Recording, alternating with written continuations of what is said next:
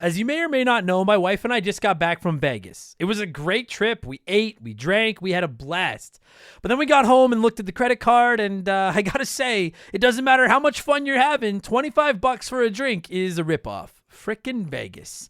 I hate getting ripped off, and so do the lads over at Harry's. They spent years watching the razor blade companies rip people off and said, no more. Not all heroes wear capes, my friends, and they want to prove that they're legit by offering you hot dogs a $13 trial set for just $3 at harrys.com/RTG. I've been telling you about them for months, and I'm genuinely proud to have Harry's as a sponsor of this show. I wasn't kidding. The plastic, futuristic-looking crap razors you get at the store are overpriced and they're poor quality. Harry's blades are crisp, clean, and classy. They're the kind of razor you'd expect your grandpa to have on his bathroom counter. And most importantly, they work. Shave after shave, they're so smooth, they're precise. I used to go through the crappy store blades all the time, but Harry's are built to last. And they're not just better quality than the other names, they're more affordable. And they deliver. Just set your schedule, and for as little as $2, new blades, shaving creams, lotions, everything you need, right to your door when you need it. I genuinely cannot think of a reason not to try Harry's. And I'm not just saying this because they're sponsors. They're the best shaving supplies I've ever used. Try them out, and if you're not happy, your shave's on them. And unlike the other subscriptions, they're really easy to cancel if you want to too, which is a nice bonus, but believe me, you're not going to want to cancel. Getting ripped off isn't funny. Switch to Harry's. Get started with a $13 trial set for just $3 at harrys.com/RTG. That's harrys.com/RTG for a $3 trial set. Hey everybody, thank you so much for listening to episode 200 of Remember the Game. Admittedly, I wish my voice was in a little bit better shape for a milestone episode like this, but I just got back from a weekend in Las Vegas, and I'm frankly lucky that I can talk at all right now.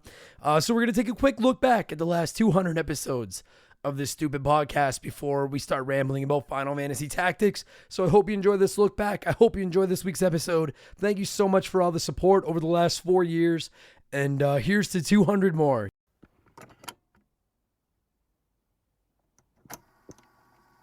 What's up, everybody? Welcome to Remember the Game, Episode 1, Super Mario World for the Super Nintendo Entertainment System. My name is Adam Blank. I am a stand-up comedian, and this is my new retro gaming podcast.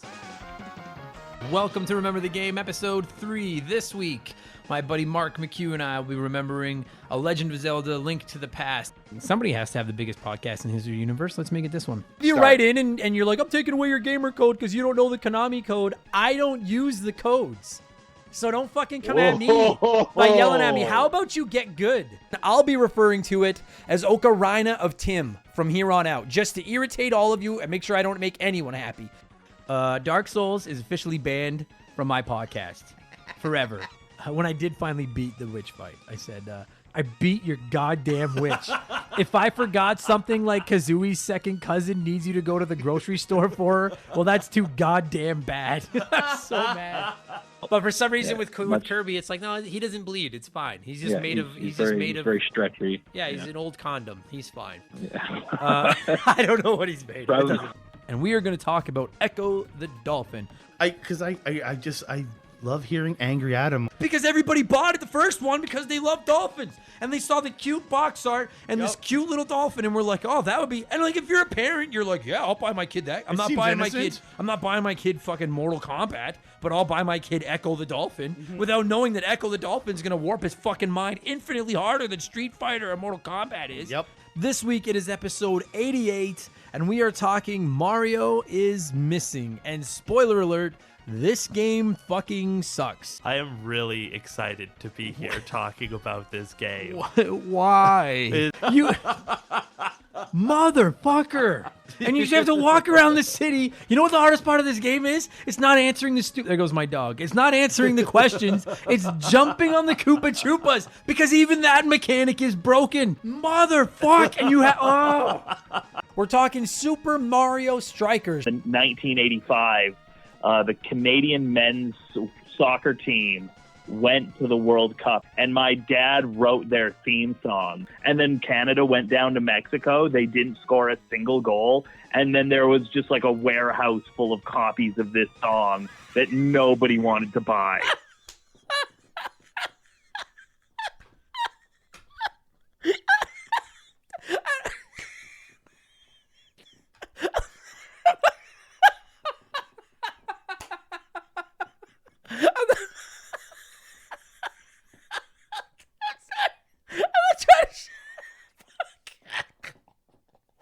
I think I killed Adam. I'm not trying to shit on your dad. Oh, no, I was a little bit. I just picture like a fucking warehouse full of cassette tapes, like Kirk Van Houten's "Can I Borrow a Feeling," but it's Mark McHugh's dad's fucking soccer theme, and there's nobody fucking wants it. Is the longtime host of the iconic Video and Arcade Top 10, Nicholas Pickles. It's nice to talk to you. It's nice to meet you. We're talking Contra. But here's the thing is, I knew you were going to fuck that up because you don't know I didn't fuck shit. it up. It is Rambo. I'm looking at pictures No, of it it's right not. now on Google, you fucking asshole. And there's pictures of... The one dark-haired guy is John Rambo. Yeah. Yes! The other one is blonde-haired, you idiot. So Look what are at you the cover yelling of the at me game. for, that I didn't That's say the second one? Schwarzenegger. Oh my God. Yes! They're both different guys. Listen, little... They're different characters. listen to- You're not the same guy. Listen to Little Brad. I just say- Don't forget Arnie. just say- He's my hero too. I love Arnie. You know what it is that I don't like about Barrett? I hate the gun arm. Who the fuck loses their hand and then says, "Give me a gun"? And what doctor is like, okay. I hated the knockoff Scrooge McDuck bear. Well, yeah, he sucks, sure. Like, oh, hello there, Spyro. I sure would like you. I don't know why he sounds like he's from down in the bayou, but he's like, I sure would like to help you save our world, but you're going to have to pay me for these abilities, yeah. This is not going to be the most technical, detailed, strategic, in-depth Pokemon podcast you've ever heard. I would have made Wigglytuff look like an outsider style, like tough, like slick back hair with like the fucking t-shirt with the rolled up sleeves and like the leather jacket. And then instead of like singing lullabies like Jigglypuff does, he snaps his fingers. Zubat is the fucking Mark McHugh of Pokemon. And I promise you that no one's going to listen to this fucking podcast. I promise you that's not going to be a problem with this one.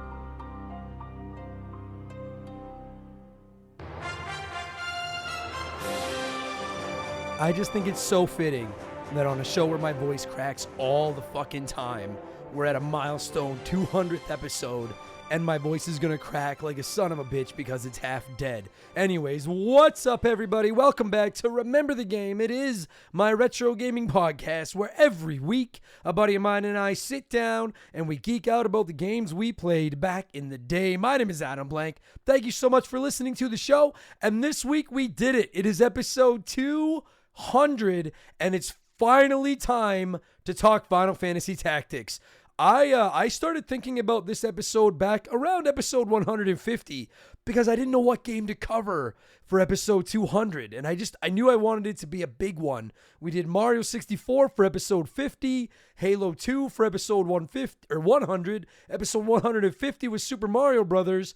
I knew episode 200 had to be a big game, and honestly, with the possible exception of The Legend of Zelda Majora's Mask, which is still a no, by the way, Final Fantasy Tactics is probably the single most requested game that we've ever had here at Remember the Game. And I hear your requests. I took 50, 60 hours out of my busy schedule to play goddamn Final Fantasy Tactics for the first time just to review it for this episode. And I figured there was no chance in hell that it would live up to the hype.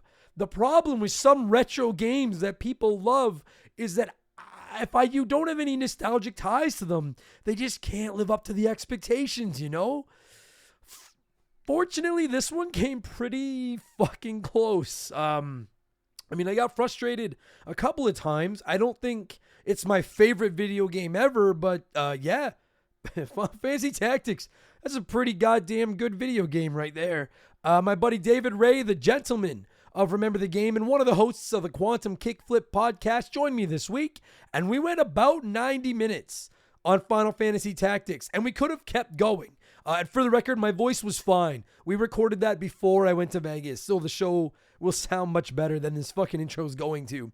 I don't know what the official record for the longest episode of Remember the Game is, but I think we're going to challenge it this week for sure.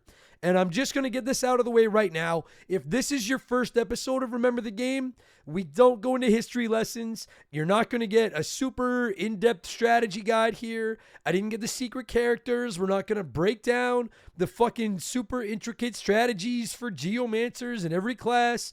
This is just a couple of comedians / nerds talking about a video game.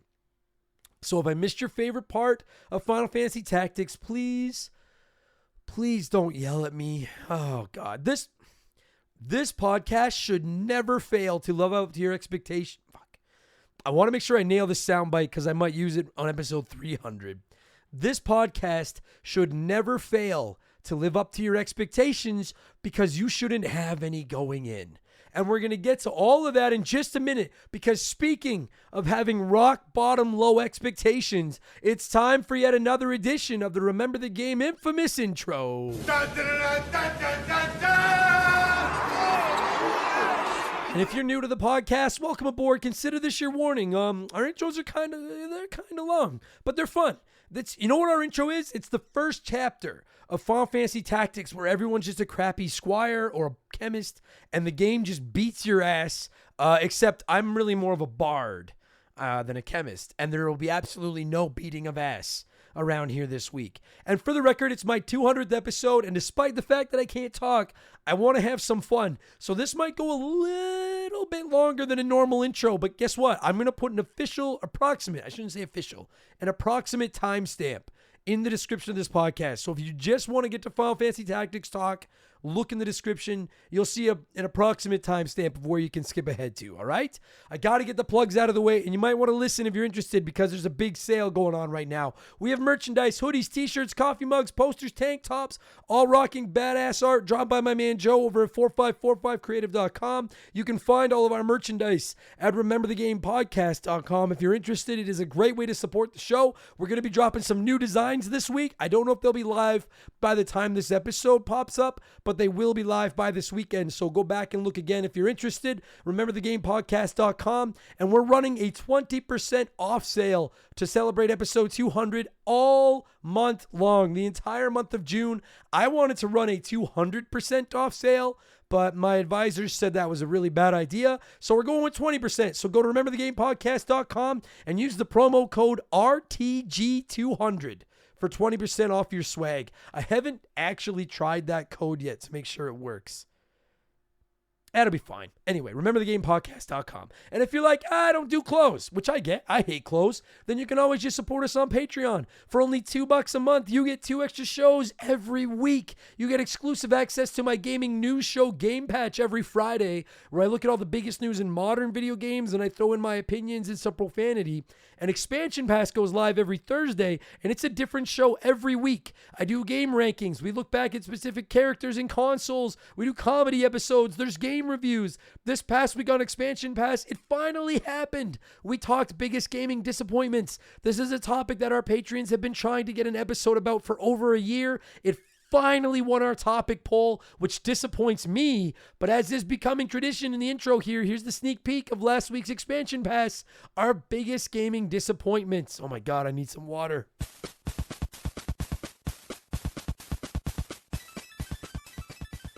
If you weren't around in the early 90s and you don't understand just what a powerhouse the Sega Genesis was in the early to mid 90s, you just can't understand how disheartening it is to see. Imagine, like, I'm trying to paint a picture for some of our younger listeners. Imagine if the PS5 just fucking, instead of like coming up with a PS5 Pro or the PS6, just imagine that PlayStation released like a fucking weird thing you put in front of your PlayStation 5 to make more games. And then they released to make more games work in it. Then imagine they released another adapter to go into that adapter. So now your PS5 is 2 feet tall and 2 feet wide to play these games. And then imagine that they released the PS 5.7 or something like that. And at this point, the companies are like, well, and they've only released like 20 games for each of those two adapters. Then they released the PS 5.7 and they only released like 30 games for it because no one's buying it. And you're like, what the fuck? By the time the PS6 comes out, you're like, no, you've burned us like 3 times.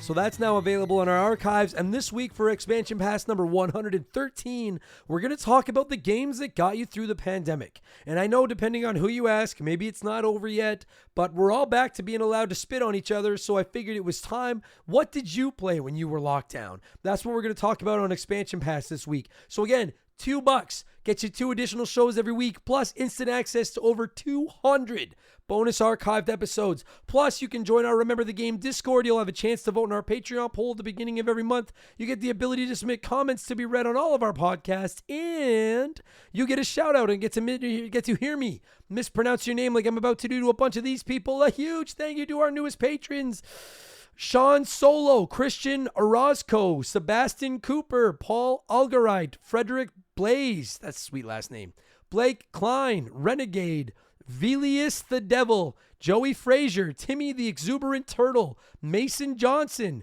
Mervins, Lance Jones, Woomph, WMFP 15, Woomph 15, Moglin, Austin Vega, Craig Richardson, Portado, Chris Malpez, Aiden Kennedy, Justin Watts, Jert Jan Braze, I don't think that's right at all, Ryan McCleve, Brian Neese, and Justin Autry.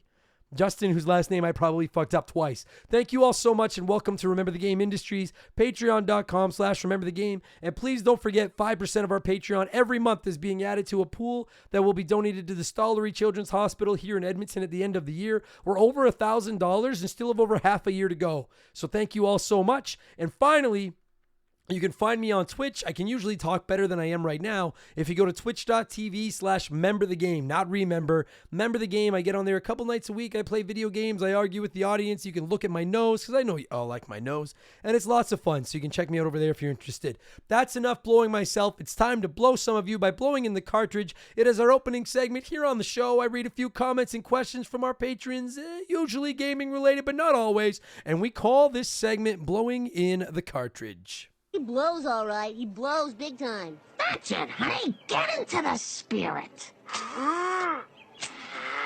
Usually I read 6 comments, but it's my 200th episode. And despite the fact that I can't talk, I'm feeling frisky. So we're going to read a couple of extras. Let's blow. Our first blower this week is a longtime supporter of the show, my arch Tetris rival, Gooday, who wrote in and said, "Greetings and salutations. Long-time listener, first time writing in." That is not fucking true and you know it.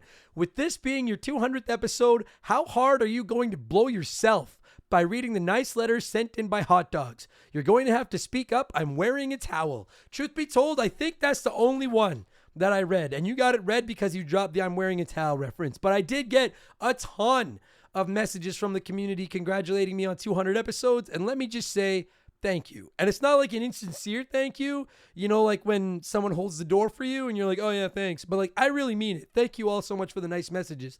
Matthew Braz wrote in, Matthew B.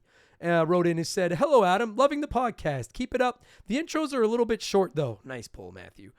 You should work on that. Anyway, looking for more games to play with my girlfriend. We're all over the board with our gaming, from Black Ops 2 back in the day to Overcooked 2 and Rainbow Six Siege lately. Wondering if there were any good couch co-op or online co-op games that we missed. Suggestions? Really not a particular category that we're into. Just want something fun, and working together is a plus. Thanks, Matt.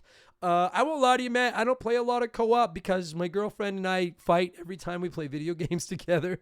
But I do have a couple suggestions. Number one, It Takes Two.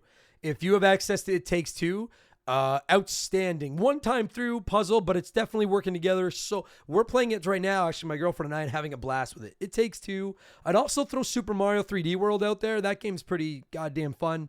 I was going to recommend Overcooked, but you already said it. There was oh my God. I know it makes for bad podcasting, but I didn't make it in my notes because I just thought of it. There's like a Prison Break game. No Way Out? A Way Out? I'm sorry, man. I know it's a shitty answer, but like, look it up. There's like a Prison Break game where you have to work together to break out of a prison. That's supposed to be pretty good too. But It Takes Two would be my number one recommendation. That game is fucking awesome, and it's all about the couch co-op. Thanks for writing in, buddy, and good luck to you and your girlfriend when it comes to playing video games together. Solar Power Badger wrote in and said, Adam, you've mentioned a few times you dislike Homer Simpson in the new episodes. What changes don't you like? Fucking all of them. Badger. Here's the thing, and longtime Simpsons fans know this. I think they call the new era of Homer jerk-ass Homer. In the old days, Homer was like a well-meaning, nice dad who was just kind of stupid. And then he kind of just turned into like a giant infant. And he didn't even have good intentions. He just became like a big dumbass. And not only is it the change in his personality, but the fact that the fucking show like just focuses on him. And like that was fine when he was a good-meaning dad who's just kind of dumb. I'm a good-meaning person who's kind of dumb, but he's just turned into a giant infant, and he just annoys I'd hate him. I wish they would kill him off. I think it would make the show better at this point. He drives me fucking insane. Oh God. So that's the change about him that I fucking hate. Anyway, so I think the show would still be watchable if it wasn't for him. But they put this like fucking 10 minutes episode as Homer just being a fucking loser. I hate that guy. You either die a hero or you live long enough to become the villain, kids. I can't wait to become the villain. Thanks for writing in, Badger. The Boa wrote in and said, hey, Adam, I've got a wrestling question for you. Fuck yeah. For the record, I was just at AEW Double or Nothing on Saturday night in Las Vegas, and that's why my voice is gone, in case anyone is wondering. I love wrestling. But the Boa said, if you had to make a 3-match supercard of current versus past wrestlers all in their prime, with at least one of the matches being a tag team match, what would your matches be? It's a tough question, but for me, it'd be Shawn Michaels versus Adam Cole, FTR versus the Hart Foundation, and the Macho Man versus Kenny Omega. It's a good card. The Boa, my card would be Eddie Guerrero versus CM Punk. For the tag team match, I'll go with the Hardy Boys against the Rockers, Michaels and Jannetty in a ladder match. And then the main event will be Kurt Angle and Bret Hart. And I know that a lot of you are like, Adam, you hate Bret Hart. You'll never hear me say Bret Hart can't wrestle. I just think he's a baby. But like, I would watch Kurt Angle and Bret Hart fucking wrestle for an hour. I think that'd be incredible. So that would be I think that's the best match that never happened. Kurt Angle and Bret Hart. So that's my main event. Thanks for writing in, Boa. Nomad wrote in and said, congrats on 200 episodes, Adam. To prepare, I've been going back to the very beginning of the podcast to see where it all started, and I discovered a plot hole, so to speak. The first time you covered Final Fantasy VII, you said you liked Aerith, or Aeris, whatever. On your Gaming Confession episode of Expansion Pass, you 180'd and confessed your hatred. So what the heck happened from then to now? When did the flower girl of Midgar hurt you so? I'm here for you if you want to talk about your feelings. You know what? You know what really ruined Aerith, whatever the fuck you want to call her for me, Nomad? It was the Final Fantasy VII remake. Because at least when I was reading the text from the original game, I didn't love her, but it was like, all right, fair enough. She seems like a sweet girl. I played Final Fantasy VII Remake, and I was like, you're like, oh my, I can't spoil anything, but you deserve a certain fate because you're so annoying. She's so annoying. Tifa and Jesse are so rad, and Aerith, whatever the fuck her name is, just sucks. So I think that's what did it, was Final Fantasy VII Remake. I can't stand her. Thanks for writing in, Nomad. Railroader69 wrote in and said, hey, Adam, how much of NES Metroid have you played? After being scared of its viciousness for a long time, I finally got some items and found the first boss vicious, but I'm loving it. Anyways, I'd love to see it on the show one day. Truth be told, Railroader, I haven't played more than about 10 minutes of Metroid on the NES, and it's not because I don't want to. I like tough games. I like Metroid. I just, for whatever reason, have never gotten around to playing it. And every time I'm looking for something to play, it just never seems to pop into my head as an option. It might be the NES game that, like, I haven't played that I should play the most is maybe Metroid. So it's definitely on my list. I do want to get to it. The viciousness doesn't scare me. It's just my backlog fucking scares me. So thanks for writing in, buddy. Timmy the Exuberant Turtle said, what's easier as a stand-up comedian, doing your set after the opening act kills and really gets the crowd hot, or following an opener that bombs?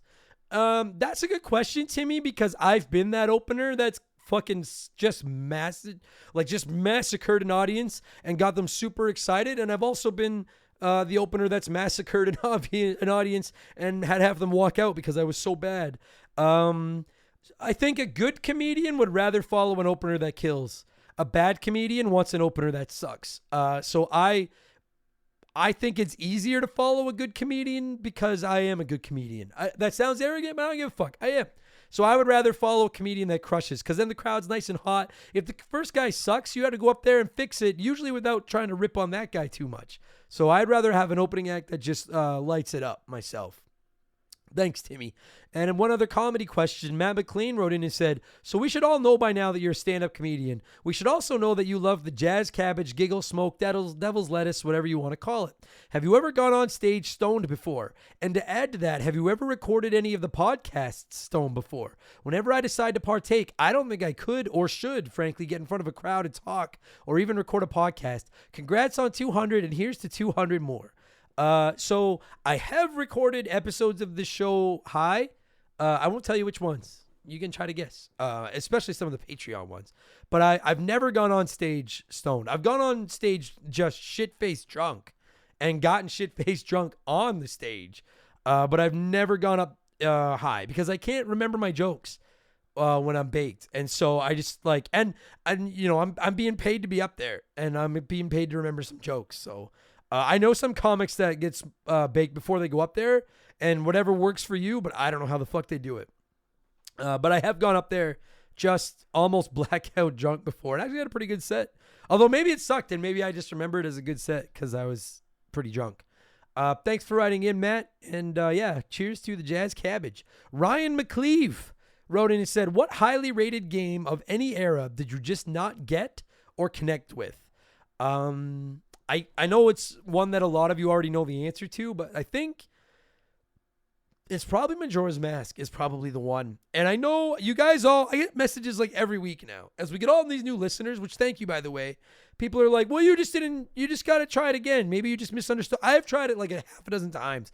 I played it on the Switch. On the Switch, I played it on my Wii U, on the Virtual Console. I played it on 3DS. I played it on the original 64. I really like what that game's trying to do, but I hate the controls. I hate the menus. I think it's sloppy, and I hate it. So I think without question, Majora's Mask would be the highest rated game I've ever played that I just didn't get. And no, I'm not going to try it again. So you can stop asking, everybody. I'm not trying it again. Austin Vega wrote in and said, first time writing in on a blowing in the cartridge post. Well, enjoy your first blow, Austin. I'm listening to the Crash Bandicoot episode, and it reminded me of all the cool game development companies growing up and some that aren't really around anymore or that got merged and lost their identity. What's your favorite game developer that falls into one of these categories? Mine would be Whoopee Camp that made the fucking awesome Tomba games, which you should review. I'll mail those shits to you. Don't mail them to me because I don't think I have anything to play them on. I've never played the Tomba games. You mentioned Crash Bandicoot, Austin. Naughty Dog would probably be at the top of my list. And I love the Uncharted games and the Last of Us games, but I miss the Jak and Daxter Crash Bandicoot Naughty Dog. So that would be one. And then the other one would be THQ. And I know that they got bought out, and I don't know what they are now, THQ Nordic or whatever the fuck they were. But I miss like late 90s, early 2000s pro wrestling game THQ, because I still think those are the best wrestling games ever made. Those are the two that jump off the page at me. I don't know if Hudson Soft is still around or not either. But I really like the Adventure Island games. So if they're not around, throw Adventure Island on the pile there as well. Scrub Tech 84 wrote in and said, worst weekend of my life so far. I went home to visit my family about 4 hours away. That sounds fucking terrible. Scrub Tech. Oh, sorry, there's more. There's more message here. I thought it was just visiting your family. My Switch got stolen out of my car while I was there, along with a decent selection of games. It's not the hardware that hurts, it's the save data. So just for what it's worth, Scrub, if you had Nintendo Switch Online, you might have some cloud saves you can re-download, dude. Just look into that. I accidentally deleted my Fire Emblem Three Houses save file like 60 hours in, and then got my cloud save and got it back. So if you had Nintendo Switch Online, look it up because you might have some save files waiting for you. And sorry to hear about your Switch. That fucking sucks. Stealing people are just pieces of shit. That sucks. MC Akio wrote in and said, I'm hungry and it's hot, so let's talk about food and smoke. Which would you prefer to eat at a barbecue, grilled hot dogs or grilled sausages? Personally, I pick sausages like bratwurst or sweet Italian, top it with some sauerkraut, grilled onion and pepper relish, grilled onions and peppers, relish, and ketchup/mayo on the bun. Yeah, I prefer a big, fat, juicy sausage.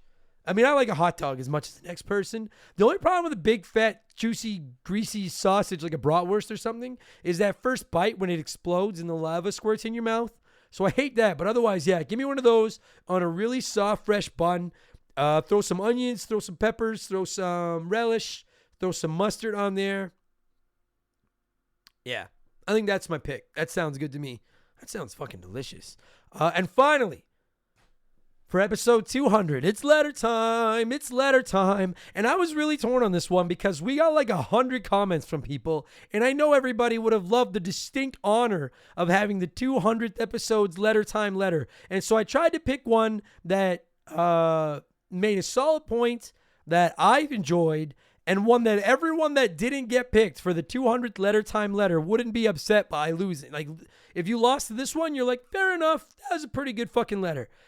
And after searching through every comment, I finally picked one. Apologies to those of you that didn't get read, but this week's letter time letter comes in from Phil McCracken, who said, quote, 1 pound ground beef, 1 pound ground pork, 1 egg, 1 onion chopped, 1 cup milk, 1 cup Ritz cracker crumbs, salt and pepper to taste, 2 tablespoons brown sugar, 2 tablespoons prepared mustard, 1/3 cup ketchup in a large bowl. Combine the beef, egg, onion, milk, and cracker crumbs. Season with salt and pepper to taste and place in a lightly greased loaf pan. In a separate small bowl, combine the brown sugar, mustard, and ketchup, mix well, and pour over the meatloaf. Bake at 350 degrees for about an hour until nice and golden brown. Ta-da! Meatloaf, bon appetit.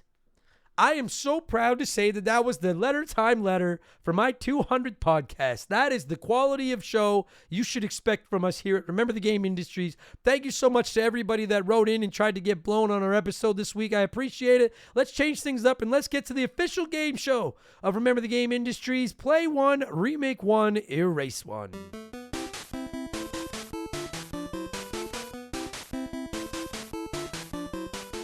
And a huge thank you to Classic Concentration from the NES for unknowingly providing us with the theme music for the show. The rules are simple. Every week, I give our patrons 3 retro video games. They can play one as it was released, remake one as a modern game, and the third game is erased from time forever. As always, there are no wrong answers, but there is a right one. We'll get there in just a minute. And we're talking one of the most requested games in RTG history this week with Final Fantasy Tactics. So I dropped probably the 3...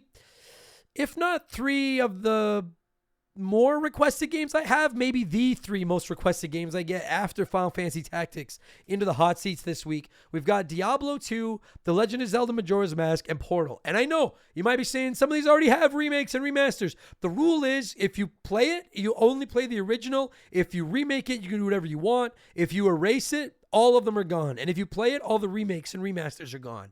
So the only one getting any form of a remake or remaster, including existing versions, is the one you put in the remake slot. That makes it a lot harder.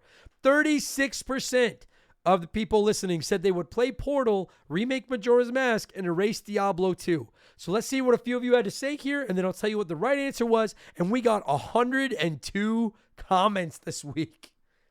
What the fuck? I can't believe anybody likes this segment. 102 people. I'm going to read every single one. No, I'm not. I got 5 or 6 to go through here, though. Ryan Shimmick said, played Diablo 2. This game was a huge part of my childhood and is pretty perfect as it is. I never played Portal, but I figure a remake will make it awesome on next-gen hardware, and then erase Majora's Mask because that game blows Donkey Dong. I don't know if you mistyped Donkey Kong or if you meant to say Donkey Dong, but I'm looking at my keyboard, and the D and the K are pretty far apart. So if I'm not mistaken, I think you implied the Majora's Mask should give fellatio to a donkey. And that's not cool, Ryan. Double secret probation, my friend. Tatum Barnett, the lawyer who isn't a lawyer, wrote in and said, Mr. Blank, salutations. I would play Majora's Mask because despite what you think is a work of art, being a depiction of the 5 stages of grief, masterpiece. The 5 stages. I thought you were going to list the 5 stages. And I was like, what the fuck is masterpiece one? And then where are the other 4? Being a depiction of the 5 stages of grief, it is a masterpiece. I get you, Tatum. Remake Portal and just add more to our game. There was... What? Tatum Barnett, the lawyer who isn't a lawyer. I'm fucking reading this verbatim. I'm not trying to fix it today. Remake Portal and just add more to The game was so humorous and very verbose when it came to many situations. Suck. Yeah, you're no wonder you're not a goddamn lawyer. The card reads good. I feel it would behoove it to be remade. Finally, I would discard Diablo 2. While I have very fond memories of this title, alas, I do not feel it would hold up as a remake and have spent countless hours in its proverbial hell. So Diablo 2 must vamoose. You know, you can drop your big fucking $1 million not lawyer words in there, Tatum, but you should fucking work on your goddamn its and hours and thes. Double secret probation. Saul Goodman, you are not. Brandon McCafferty wrote in and said, bravo, Adam. This is the first poll in a while that has pissed me off with how hard of a decision it was to choose. My favorite one so far. I'm going to play Diablo 2. My best friend and I played this for hundreds of hours in high school doing boss runs and slaughtering livestock in the secret cow level on a never-ending quest to find rare and unique items.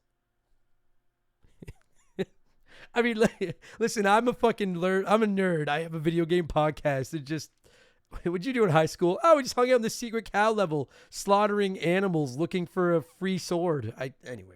The character classes were balanced pretty well, even though PvP was kind of broken. The item sets were hard to collect and worth the toil, and the gameplay was great. Then Diablo 3 went and killed the franchise for me. They had a good thing going until then, fucking Blizzard. I'll remake Majora's Mask because it never really clicked for me after trying to finish it a few times, but I think there's a good game in there somewhere, maybe. But please, please, please just ditch the stupid 3-day clock. And finally, I'll erase Portal, even though it may be the best game of the bunch, because I still have Portal 2, which is just as good, if not better, than the original. Fair enough. No double secret probation for you. Even though I do like the 3-day clock, I think it's the menu and the controls of Majora's Mask that sucks. Velius the Devil, the name that I can't say. First time player here and new Patreon, and I'm excited to hear Adam fuck up my name. Well, I hope you got your money's worth, Devil. Play Portal because I never played it, but it looks like it could be fun, and that's what really matters. Remake Majora's Mask, well, because I like Zelda, and even though I played it and beat this game, it's my least favorite, and I think they can make it better. I won't erase it. I'll erase Diablo 2 because I'm not a fan, and I don't care. Into the trash it goes. How is someone with the devil in their handle not like Diablo, where the cover is the devil? Isn't it? It's like a demon or something. You're getting off double seeker on a technicality because I don't know what the thing on the cover of Diablo is. Maybe that's Diablo. Is it? Is that thing Diablo? Anyway, it doesn't matter. Astro Alpaca. I made sure I said it right this time. Said, hey, Adam, it's been exactly 1 year since I started giving you the change in my couch, and never have I ever played in your silly game, so here it goes. I'll play Diablo 2 because if it ain't broken, don't fix it. I'll remake Majora's Mask because it could use a mask lift, and I'll erase Portal, and then I'll eat cake. I liked it. I like it. That's sound logic all around, and you're eating cake. That's fucking... I feel like I'm missing a cake reference there, but I still like it all around. And Scottman Plays wrote in and said, I'll play Diablo 2 because I haven't played it. I'll erase Portal because I have, and I'll remake Majora's Mask. I think it'll benefit the most from new technology, and it'll be amazing. Congrats on 200 episodes, Adam. Well, thank you very much, Scottman Plays. And I like your logic. Play the one you haven't played, erase the one you have, and remake the one that needs facelift. I fucking get you, Scottman. I'm going with the majority this week. 36% of you, including Renegade, had the same order as me. Renegade said, I'll play Portal. I never actually got to playing this game, and I hear it's a gem. I'm going to remake Majora's Mask properly. The 3DS remake was fine, but this game needs a Breath of the Wild overhaul. Just a less convoluted story, more focus on the mask transformations, and make time traveling less annoying. And then erase Diablo 2. It just got a remake/remaster of sorts, and I know it's one of the best one, or I know it's the best one supposedly, but they can both go. Diablo 1 and 3 still exist with a mobile game, and 4 is coming soon. Those can scratch the small itch I get for dungeon crawlers, which isn't much because it's all kind of the same story, just my opinion. I don't necessarily agree with the logic, Renegade, but you got the same order I do, my friend. I'm going to play Portal straight up because I have to. Everyone tells me it's like a masterpiece. I've never even looked at it before, and I promise you at some point I'm going to, so I'll play Portal as it is. I'm going to remake Majora's Mask because I want to like it. I just don't, but I want to. So I'm going to remake it, give it good controls, make the menu not broken, and I'm going to make it like Returnal, and then it's going to be awesome. And then I'm going to race Diablo 2 because I'll probably never play it anyway, and I still have Diablo 1 and 3. So I got lots to do anyway. So there you go. Thank you to everyone that wrote in and played Play 1, Remake 1, Erase 1 this week. Normally, this is where I tell you what I've been playing, but over the last 7 days, I've been recording podcasts and getting drunk in Las Vegas. So all I've been playing is Russian roulette with my voice and a little bit of Pokemon Gold on the plane on the way home. But mostly just getting drunk and yelling at wrestlers. That's what I've been playing. Let's talk Final Fantasy Tactics. That's why you're here. I like to give our listeners, dude, I feel like my voice is on a second win right now. I like to give our listeners a chance to sound off on the game we're talking about before my guests and I steal the spotlight for, in this case, fucking hour and a half. So let's get to a few of your comments. Moglin, I'm sorry that I'm not saying that right. Moglin wrote in and said, I absolutely love this game. One of my earliest memories is waking up in the middle of the night when my mom would get home from her second shift job and I would sneak into the living room to watch her play after work. The music and visuals are like nostalgic porn to me, but once I actually played through the entire game myself later in life, I truly came to appreciate the story of the title as well. In my opinion, it's one of the greatest RPGs in history and easily in my top 3 Final Fantasy titles. Man. You're like, my nostalgic porn is Final Fantasy Tactics. I was like, my nostalgic porn is a fucking Sears catalog. But good for you. That's fucking, yeah, fuck yeah, good for you. No, I shouldn't have said that. There's kids listening. I agree with your takes. It is easily one of the greatest RPGs in history. And I don't know if it's quite in my, if it's top 4 for me. You'll hear more about it in a minute. It's definitely a contender for my top 3. I think I need to stew on it a little bit for my top 3 Final Fantasies. Great fucking game. Banjo Man Bradshaw wrote it and said, if you don't like tactical RPGs, you're wrong. If you don't like Final Fantasy, you're wrong. This is my favorite Final Fantasy game of all time. I loved it so much when I had it on PlayStation. So many hours grinding to get JP to advanced classes and make the perfect team. Summoners and Time Mages had to be my favorite. And of course, getting the Chocobos. I never got Cloud though. Never knew about it till I was older and didn't have the game anymore, but absolutely solid. Still looks beautiful. And congrats on 200 episodes. I agree on just about all of that, except I never really used the Time Mage. But I like just about all the rest of the stuff you said for sure. Denzalo wrote in and said, long time listener, first time writing in. That's not fucking true. Stop doing that, you sons of bitches. I know who fucking wrote in for the first time. Final Fantasy Tactics is one of my absolute favorite games. The story was compelling, the battles were tense as fuck, as it was written, and all the different classes were amazing. If I remember correctly, this was the first Final Fantasy game we got in the US that had different classes you could choose from. Not sure if 5 was out here just yet. It was such a novel idea, and it really kept the game fresh through the 40 to 60 hours it took to beat it. Dual-wielding Geomancers for life. I never had a Geomancer either, but I do agree on the classes and everything. Mike Hawk. And before you're like, yeah, you got you. It's not Mike Hawk. The guy's name is Mike Hawk, like the bird. And I'm going to just give him the benefit of the doubt that that's his real name, and it's awesome. Mike says, so much nostalgia here. Or you just fucking got me to say Mike Hawk. Well played. So much nostalgia here. From the overpowered Sid, hidden levels, hidden characters, different boss battles, party customization. I love all of it. Don't ruin it for me, Mr. Blank. I'm not going to, Mike. I like just about all of it. Dude, I never even caught that dude is an overpowered Sid. I know exactly what you're talking about, but I never caught that. Jesus. Wow. I was like, what? Overpowered Sid? I know exactly what you're talking about.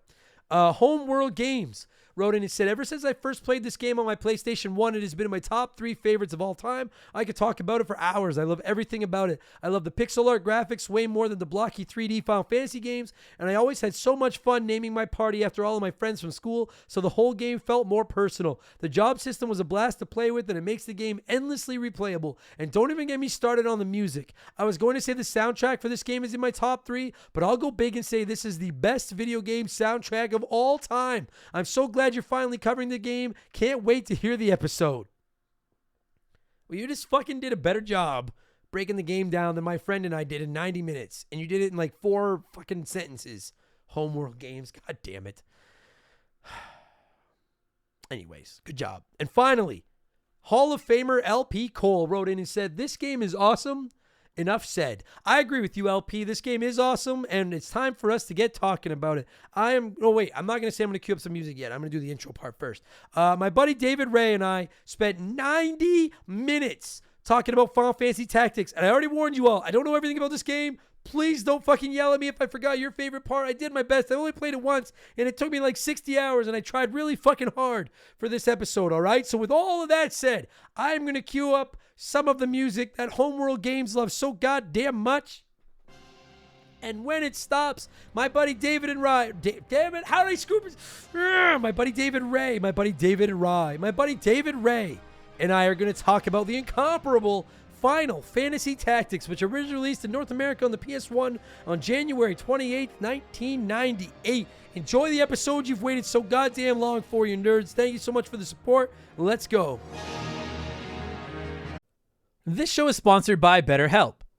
Everyone that listens to this podcast knows about our illustrious CEO, my dog Molly. But the other silent partner behind the scenes is my wife. And let me tell you, my friends, a 17-year relationship with another person that has to talk to and live with you is a lot harder to maintain than one with a dog. We've had our ups and downs, and as you all know, a relationship isn't all sunshine and rainbows. They can be a lot of work.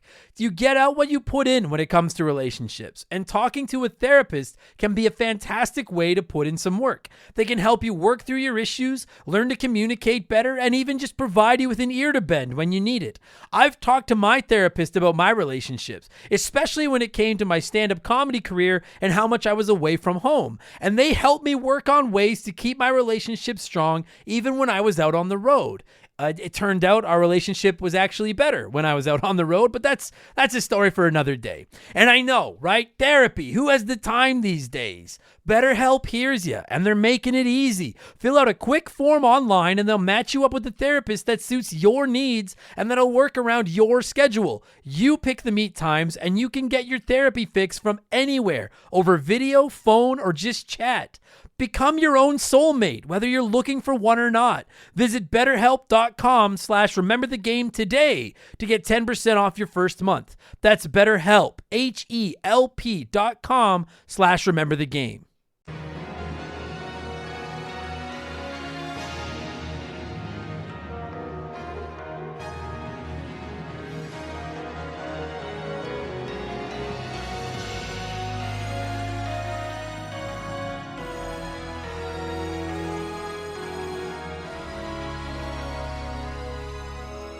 Okay, so, before I even get the disclaimers out of the way, I'm just going to do the intro of the guest first. That way David's not sitting on the other end of the phone for like a minute, feeling dumb while I'm just talking over him. So joining me via the blank phone this week is a longtime friend of the show, returning guest, my buddy David Ray, the gentleman of RTG. How's it going, man? I'm doing pretty well. I'm feeling good these days. I'm very excited to talk about this game. This is one that was very special to me in high school. So listen, all right. Now I can do the. I agree with you, but I'm going to get this out of the way right now. We were just talking about this off air. Yeah. This is, with the possible exception of Majora's Mask, the most requested game in the 200 episode history of Remember the Game. People have been from like the infant days, like, when are you going to talk Final Fantasy Tactics? When's the Final Fantasy Tactics episode? And I got to be honest with all of you, and most of you know this, but like until the last 6 weeks of my life, I had never played Final Fantasy Tactics. So I've played through it. I have beaten it. I have seen the credits, but I'm warning everyone right now, whether this is your first experience with my podcast or the 200th time with my podcast, this is not a history lesson. I am not going to get into every class of every character and every ability and the greatest combinations of abilities ever, and the fact that you can take 3 red chocobos and throw them in a barn and then they just hook up and eventually fucking Sephiroth comes out and he can do all the things and all the hidden characters and all the hidden side quests and all the plot lines and all of that. That's not what this is. This is just I just fucking said in the intro. Every week, a buddy of mine and I sit down and geek out about the games we played back in the day. All right? So that's all this is going to be. I do not want the hate messages. I don't want the messages being like, I can't believe you didn't bring up this fucking class or this hidden doorway or any of those things like I get every time we talk RPGs, because I'm done ranting. But David, I have to tell you, my man, I have never been more intimidated by an episode of this podcast than I am with this one. Never. I love how you started off with such a like a positive, upbeat energy. To just start us. Well, like, listen, I'm excited to do this. Okay, like for all of you that have been on me to play this game for the last 4 years, like. Anyone that's listened to my Castlevania Symphony of the Night episode, that game was hyped to all hell. I played it and I was like, this is not that good. I don't care. Sonic Adventure 2 was the exact same thing. I still take shit over my thoughts on Sonic Adventure 2 and I still stand by it. That game sucks. I do not hate this game. I have one one major gripe with Final Fantasy Tactics and then a few tiny ones. But I'm just warning you all right now, if you love this game and you're like, is Adam going to come in here and ruin my childhood? I like this game a lot. I have 90% good things to say. Just please, for the love of God, don't yell at me if I forgot to bring up your favorite class or something, because I don't know this game that well. I played through it one time, and truth be told, I may never play it again because, David, as we transition into the Final Fantasy Tactics chat 3 minutes later, this game, David, this game is a fucking undertaking, my friend. This is not a one weekend. This is not a beat it in a couple hours game. Oh, no. Like, I feel it's a game that's very easy to fall into a trap of like, oh, I made a critical error like 2 hours ago, and it is I'm screwed. I have to restart. Like, it's possible. Go ahead. Yeah. No, go ahead. Well, I was going to say that because that's what happened to me when I played this when I was younger, and I didn't. I'm like, I can't restart it because here's the thing, Adam. I never owned this game. I borrowed this game. I was not a PlayStation kid, like a PlayStation 1 kid. And so I was like borrowing it, and I loved it, but I had to give the system back. I'm like, I don't know if it's worth it to restart it or if I could just plow through this fight in this church where they just all gang up on me. I don't know. Like, I think I know. Okay, so I want to ask you, okay, just for the record, everybody, like, we are going to get into this game, and I'm just warning you all right now, there's going to be spoilers. This isn't one of those ones. I think people are coming into this one. I feel like I'm the only person on the planet that hasn't played this game based on all the comments. So I feel like I'm safe to spoil everything because I'm the only one that didn't know about this already. I'm just going to ask you, let's just put our cards on the table. I'm going to get my biggest gripe with the game out of the way now, and then we can just do positive for like 50 minutes. You mentioned that you went to a church and everybody teamed up on you. There's a fight in chapter 3 of this game where you have to fight this guy, and it's one-on-one. It's Ramza, which is the main character, versus this guy. And I can't remember the guy's fucking name now. It starts with a G. Someone's going to yell. By the way, the naming in this game, horrible. I don't give a fuck what you say. There's not one normal name. And every name is fucking weird and like 8 consonants in a row and doesn't make any fucking sense. But there's one fight in this game in chapter 3 where you have to go one-on-one with this guy. And then after you beat him, then you have to go into like a team fight where it's him and like a bunch of his mutants against you and a bunch of your army. And my whole playthrough, I was telling people, don't give me tips. Don't give me advice. Don't give me spoilers. I want to figure it out on my own. And everyone was like, the one piece of advice we can give you is multiple saves, multiple saves, multiple saves.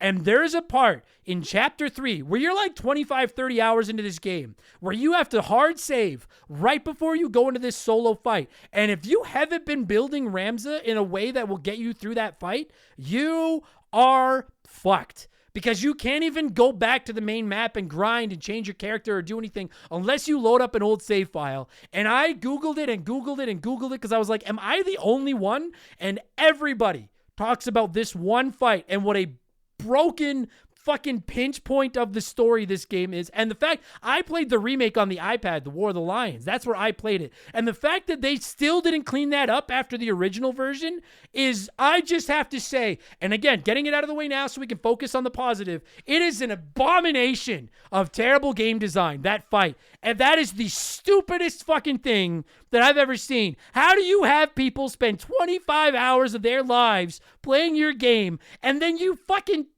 trick them into hard saving right before the point where they're probably fucked? That was just such a fucking joke to me.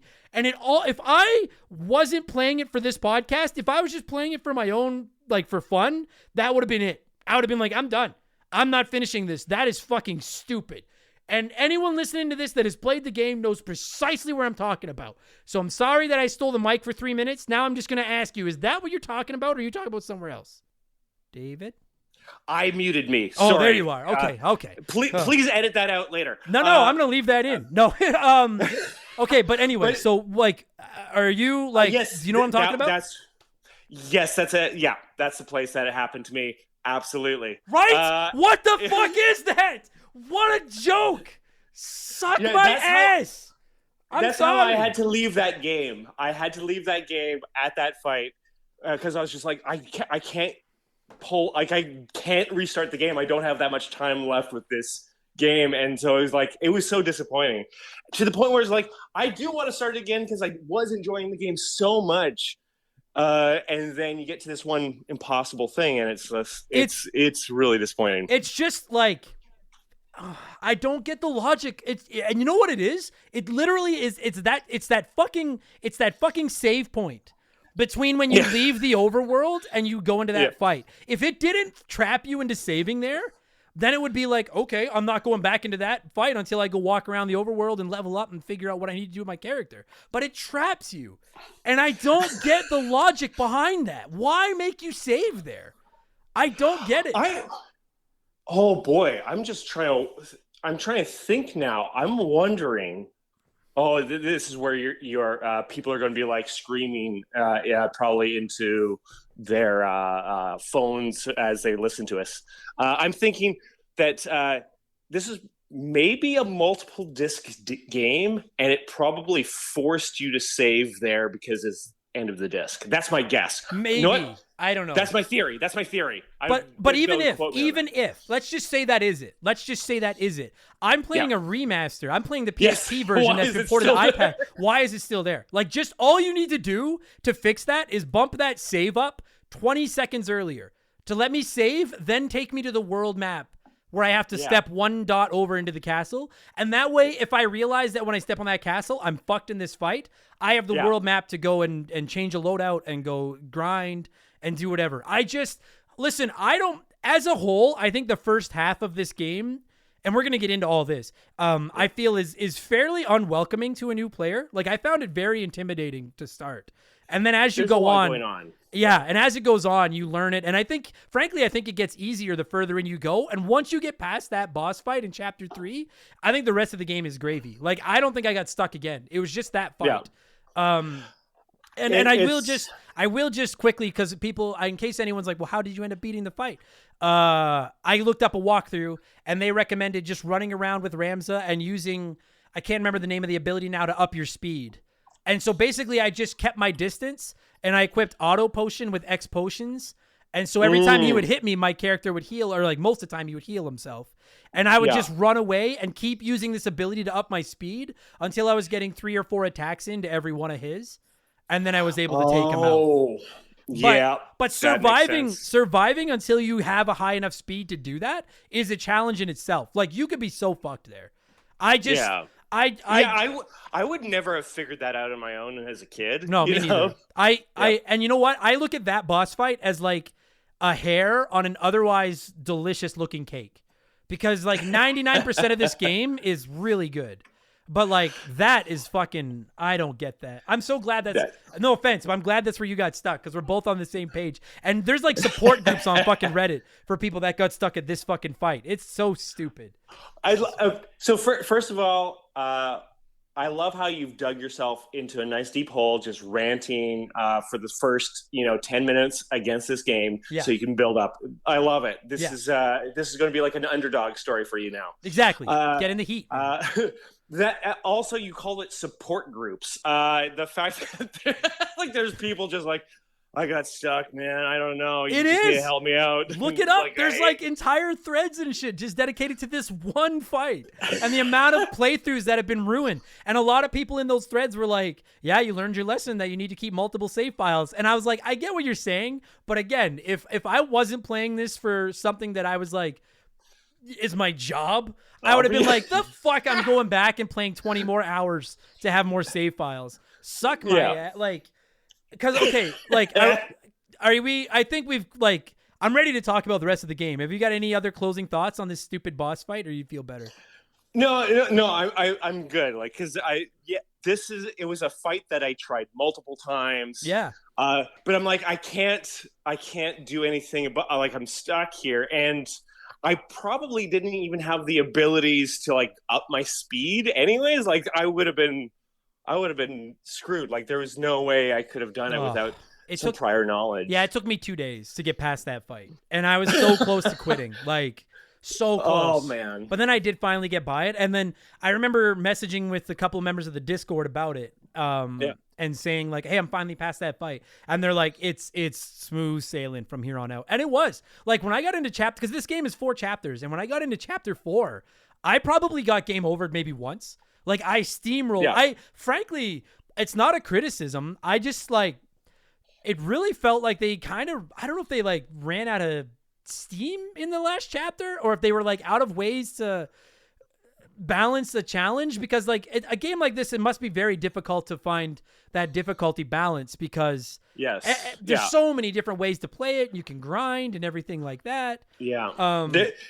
Because that's easy at the end. Well, because if you can think about like how you can take your characters, put them into different jobs. Here, now we're transitioning. I feel we're hitting the transition of you can take different jobs, get whatever abilities, kind of like build out the different characters and make sure that they have like a good mix of stuff. So that they are kind of optimized in the way that you want and in the way that you can see them playing, kind of a thing. Like you're used to this character doing this and this and this. Yeah. Well, if I, turn them into a lancer for a little while, I can do this and this and this, Now, like, and I love that. Like, let me just say, because like I'm newer to the tactical strategy RPGs. I started with Fire Emblem Awakening a few years ago on the 3DS, but I've completely fallen in love with the genre. And let me just say, like, this game, I do think it's very unwelcoming to new players, and that is something I'd like to get a little bit more into later on. But like, on the whole, I was like, this was a fucking blast to play, because it took that super. If you enjoy games like Fire Emblem, like this, like Shining Force, XCOM, I guess, even though there's not really a ton of shooting in this game, but you take like those tactical style of games, and then you add in that Final Fantasy charm, and you add in the job system, which like, have you ever played Final Fantasy V, David? I want to, but no, I have not. I know that that's where the job system originates. Yeah, it's so like, I played it for the podcast a couple years ago, and it like, I adore that fucking game, and this one is better. Because this one takes that job system, spreads it over more characters, and throws that super badass tactical gameplay style into it. And you nailed it, man. The sheer amount of mixing and matching that you can do with all of your characters is the secret sauce in this game. It is just, and in my opinion, I get overwhelmed by games sometimes like this. I thought this just went right up to the line without crossing it. Yeah. Where it was freedom without overwhelming me. Without knowing Final Fantasy V that much, my guess is the very fact that you have way more soldiers in this than in a Final Fantasy game proper, right? Like where you typically only can take 3 people in. In this, no, you're taking, about 8 people in. And so you can like really mix and match. You can really fill out those roles and spread them around. Most battles, you can take 5 of your characters in, and then sometimes you have 2 or 3 like computer-controlled characters with you that like have certain powers and stuff. And you can carry up to 25 people on your roster. And I never found that necessary. Like toward the last third of the game, there was really only 6 or 7 that I was focusing on upgrading with any regularity. But like, Final Fantasy V, you have a 4-character party. And you can mix and match their abilities all you want, but you have 4 characters. This one was like, you have 24. So it's like, go experiment, go recruit a new, just a new jobber from like one of those like recruitment centers, and start out making them into like a chemist, and then transition them into a black mage, and then transition them into an archer, and then take little bits and pieces of it. And like, so if you've never played this game, every character in the game has like 5 ability slots. And two of them are your active ones, and one is always preset to whatever character you're. So, like, if the character's a white mage, then your first character ability is always white magic. If it's if it's a chemist, then that first slot is like your items. Like, just as an example. Then you have a second slot that you can take any ability that you've learned from any other class and plug it in there. And that, to me, is like, just those 2 is rad. So you can take like a knight. But if you take that character that's a knight and have them learn a little bit of white magic, then you can be a knight with some white magic on the side, almost like a paladin. You can take a dragoon with its jump ability, and then you can throw in summoning as a second ability if you want to. Like, just those 2 are awesome. But then you also have a passive ability, a walking ability, and then I don't remember what the other ability is. And those can be things like extra steps. Counter punch, when someone hits you, you fight back. Auto potion, when you take damage, they take the first potion in your inventory and use it on themselves. And it's the number can't be infinite, but the number of combinations you can come up with is incredible. And So yeah, you could do a thing where it's just like, you know what? I just want to make a character that every time they hit, it's an incredible amount of damage. Or I want to make a character that's so fast, they get so many actions around. Yeah. You take the right combination of things, you can do that. Yeah. Like where you can build out the character to look exactly as you want. Yeah, there's you just have to invest some time and experience into them. And that's what, like, I don't think it's a criticism.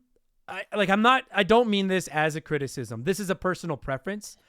I find this game is maybe just a hint, it's not too grindy, but it is grindy enough that I'm hesitant to play it again anytime soon. Sure. Because a lot of the random encounters you do where you go out and you're not only gaining experience points to level your character up, you're also gaining job points, which are what you use to buy new abilities. And you need both. But it can get a lot of those random encounters are not challenging. They're just kind of like there, and they get kind of boring. And when I started learning how to play it, I was reading some, like, not full player guides, but, you know, like, have you ever read, like, things I wish I'd known before I played this game? Yeah. So I read one of those, and one of the things they talked about with Final Fantasy Tactics is in the early going in particular, they're like, go into random encounters, get the bad guys down to like one enemy, and then just ignore that enemy and attack each other, because you still get job points and experience points. And I was like, that's cheese. And I was like, I'm not cheesing the game that way. And by the end of the game, I was doing it, because I was like, without it, it is such a process to fucking level some of these characters up.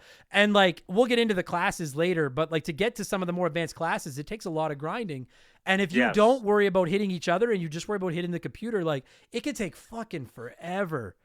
And again, like, I don't, like, is what I'm saying make sense? I don't think it's necessarily a fault. It's just something that I don't really want to do again. Yeah, no, like, sometimes grinding fights can be fun. Yeah. I feel like this one, it doesn't have fun grinding fights. Like, examples in my brain that I think are fun grinding fights can be like in the XCOM series. I'm talking about like the more recent ones, where in XCOM 2, where there's so many battles per month kind of a thing, that you're kind of there to level up your people, but at least it feels fun and dynamic and challenging.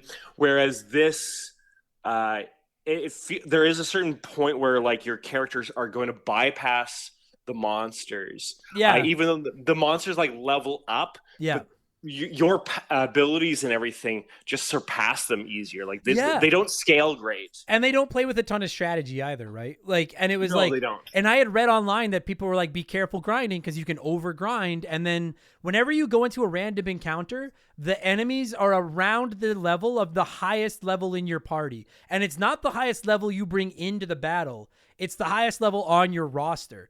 So if you have one character that's like level 30 and you take a bunch of level 15s into the fight, you could be up against enemies that are level 30. But even then, I don't know if I ever died. The only time I died on a random encounter was if like when one of your characters dies, they hit the ground and then a countdown clock appears above them, and you've got 3 turns to revive them before they go permadeath. So if you beat the fight or revive them, they don't get dead. They don't permadie. But if you don't get to them or finish the level before that clock hits 0, it's like it's permadeath and it's gone. And I like when I play like a Fire Emblem game, I most of the time fight the urge to hit reset if someone dies. I try to accept it as a penalty. But the thing about this game, especially as you get into the second half, is like, I've invested 20 hours in this fucking guy, making him into a ninja. I'll be motherfucked if I'm going to start from scratch. Like, I'm not starting from scratch on somebody. Like it feels like in this game there is a high investment. Like, I know that that's in all of these type of games, because I'm also thinking of XCOM 2 when you lose somebody, but it does feel like in this one it is such an investment into a character that it's Yeah, you wouldn't want to Yeah. lose them at And all. Whereas, and again, you can recover with others. not a criticism. I'm not saying the game is bad because of it. I'm just saying Yeah. that like that was what like I never like got game overed on a fucking random encounter. But if I lost a character that I put a bunch of time into, I was like, well, I'm not doing that again. And that's where I was gonna go was like, so one of the things I looked up and had on my phone the entire time I was playing it was a character class tree. Which I would sure. If you've never played this, listeners, I cannot recommend enough that you bring up a character class tree and just have it on your phone or on your computer or whatever, because like I have it up right now as we talk. right, and it's like the thing. Okay, and it's here's fundamental. And here's something that went wrong for me was that I misread how that worked. I thought that like so say, and I'm just pulling them out of so like whenever you start with a new character, they're either a squire or a chemist. Like those are the two default jobs. Squire's a little bit more combat based. Chemist is a little bit more support based. But then they can go like a chemist, I think at like level 2 or 3 or whatever, can become either a white mage or a black mage. And like a squire can become a knight or I think an archer or whatever. That's correct. Yes. And then they split off into other things. But one of the things that I misread on the character tree was like, I had been reading about the different classes, and I had read like Ninja was and for the record, Ninja for my money is the best class in the game. I know I'm going to take shit from I was somebody. going to ask you what was your class that you like the most or you go for. Yeah. I had 2 ninjas, and they were just like my 2. For anyone that watches Breaking Bad and Better Call Saul, they were my Salamanca twins. Like they fucked up everybody, everybody. But I misread the tree because there's 3 jobs going into Ninja. And I read it as like, well, okay, so I either need a level, and again, I don't know the exact classes, but I need like a level 5 archer, a level 4 geomancer, or a level 6 knight to become a ninja. And then it turned out like, no, your character needs to be all 3 of those things. You need to be a level 4 knight, a level 6 this, a level 2 this. Like whatever is going into the class, you need to have all of those prerequisites. It's not one goes into it. And Yeah. To help you out, I'm looking at it here. You need level 4 archer, level 5 thief, geomancer, level 2. There it is. Yeah. And so I fucked up because I was playing the game and I had these 2 guys that were like level 4 archers. And frankly, the archers fucking suck in this game. Archers are useless. But I had these 2 guys that were archers, and I was like, maybe I just have to play longer before I unlock the ability to use the ninja class. Oh, sure. And then I got one of them up to like level 7, and then finally realized like, oh, and it's on me. I'm just a dummy. I didn't realize you needed to be all 3 of those things. So then I had to like basically go and grind for like a day and get those other jobs up to the levels I needed them to make them into ninjas. And the payoff was great because ninja's fucking awesome. But I misread that. And okay, so I mean, if you would have played Dungeons and Dragons 3rd edition, you would have known that. That's the kind of, you need all of the requisites. You can't just, it's not just one route. Yeah, you need a whole bunch of stuff. Rookie move on my part. Rookie move. Yeah. Baby's first Final Fantasy tactical fucking game. So now I did want to talk about that a little bit more, the learning stuff. But before I do, I would like to touch on the classes for a minute. Ninja's my favorite. There's a few other I want to stick up for, but the ninjas, because you had mentioned how the grinding can be kind of basic, and I agree with you. But one of the things I like about this game is I enjoy tactical games, and I find them more fun than grinding like a JRPG, because at least you can move around the map and stuff.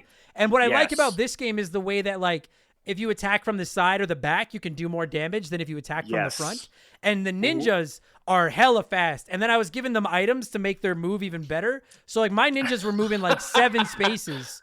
And then they do flying around. So they have the best speed. They're moving tons of like all over the map, and then they attack twice. And so like I would get them in behind the big boss. Like most of the final chapter, I was winning those fights in a couple of turns because I would just sick all of my ninjas on whoever it was we had to take out, and they would go in there and just wreck them.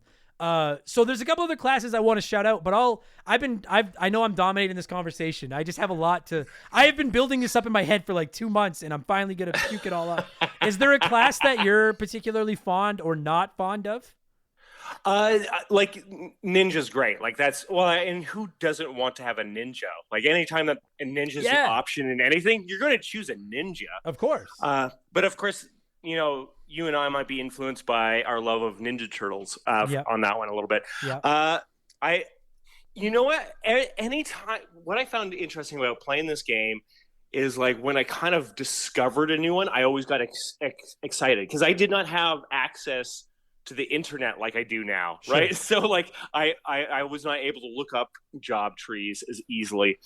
And you know, when like, oh, Geomancer, I'm like, what does that do? And like you start playing it, discovering it. I think the one that I liked when I discovered it was the Lancer, or I guess in your case you would know it as a Dragoon. The Dragoon, yeah. So like I really liked that one because of that jump ability and everything like that. I felt like I was always too dumb to kind of like not to fully understand how to use the calculator, or otherwise known as the arithmetician. I never used one once. I was like, I have no. I read it, and I'm like, yeah, I don't think so. I don't know what the fuck. Yeah, there's a lot of things happening that seems to like you need to like. You almost need to like matrix it. Like you have to like see into the code, kind of a thing. I'm like, I can't. I'm not that smart. And I had read people that said that like that class can break the game if you're good with them. But I was like, yes. I don't. You have to. Yeah. I'm not there. But I will say, and I'm not done on this. I want to talk about more of the classes. But let me just say, before anyone writes in and they're like, I can't believe you didn't have a fucking arithmetician, or you didn't have a fucking onion knight, or whatever your favorite class is. Like, outside of that one boss fight, and then chapter 1, which is something I'm going to get to. I found the game, frankly, fairly easy outside of those couple, and I didn't use a third of the classes in the game. But I think that's I think that's a testament to how well designed the game is. You don't have to have every class.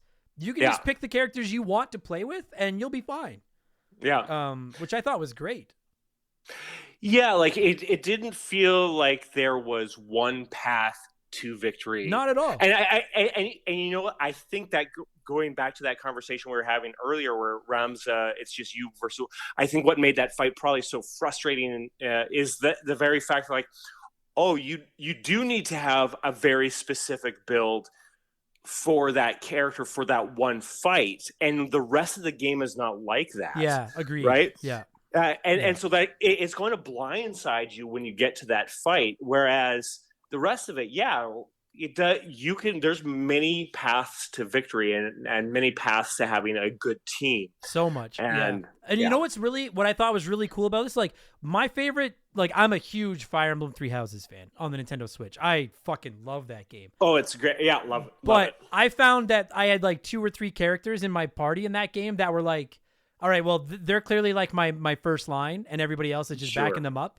I didn't find that as much in this game. I relied heavily on my ninjas, but like, I had ninjas. You kind of needed everybody. Yeah, I had a Dragoon. Yep. Like, I ended up making Ramza into a monk so that he could do all his hitting without having any weapons equipped, and he was doing a great job. I had a white mage. I had a black mage. I had a chemist who was a fucking monster. I had a summoner who was fucking great. Like, I had samurais. Like, it did a really good job of being like, you can... For the most part, like, go ahead and experiment. Fuck around, make a team. And that's where I think the replay value to this game, like, I'm shied away from replaying it because I don't want to do all the grinding again, but I'm interested in playing it again and trying out some of those classes that I never used, like the Arithmetician or the Geomancer, or I never had an Onion Knight or the Dark Knight or any of them, and just seeing what some of them can do, you know? Did you ever get a Mime? No, I did not. Because Mime is, like, apparently... one of the best classes, and I never got, like, I just simply was not far enough into the game to get one of those. Yeah. Because of the fact, like, I'm not even sure of the full ability. You know what? I'm gonna like look at it while I'm here, and you could probably tell me. We would be able to kind of like. Well, like, so I ran, like, I had Ramza as my monk.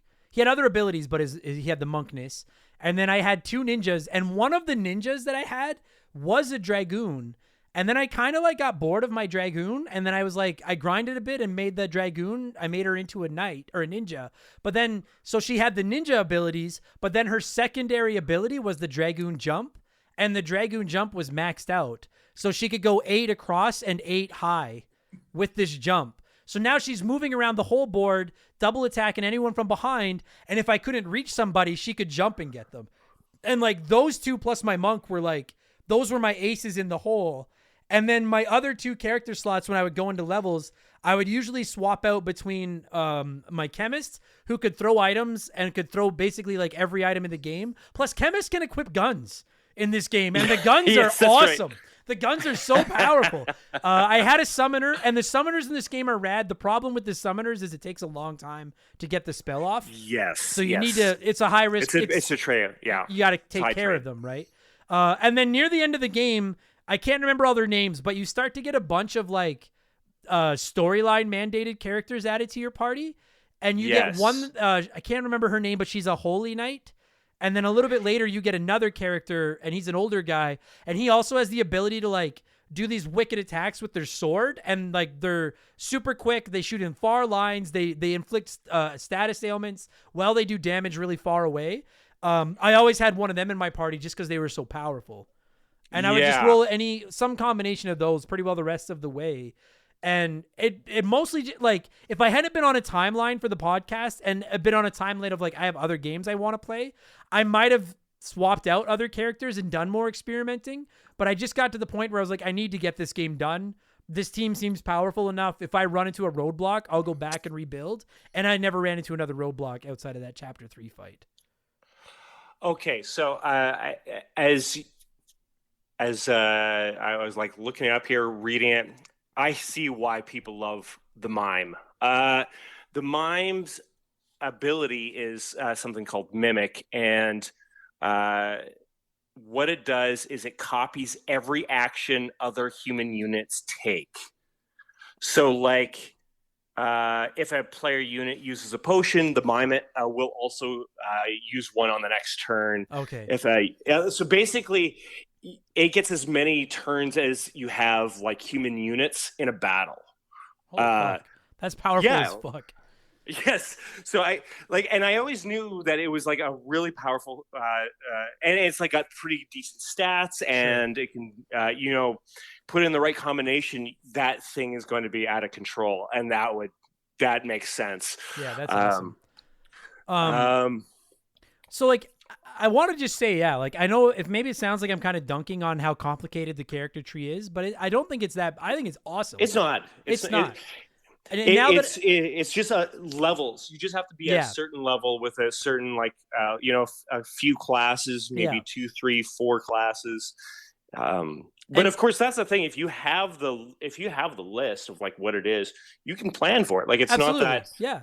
Yeah. And now that I've played this game once, I understand why people cheese it early on and get extra job points and stuff like that. Because like, oh my God, especially so so I want to go back to the very beginning of this game because my other, I guess, minor complaint with this game is I feel the first chapter is the toughest chapter of the 4.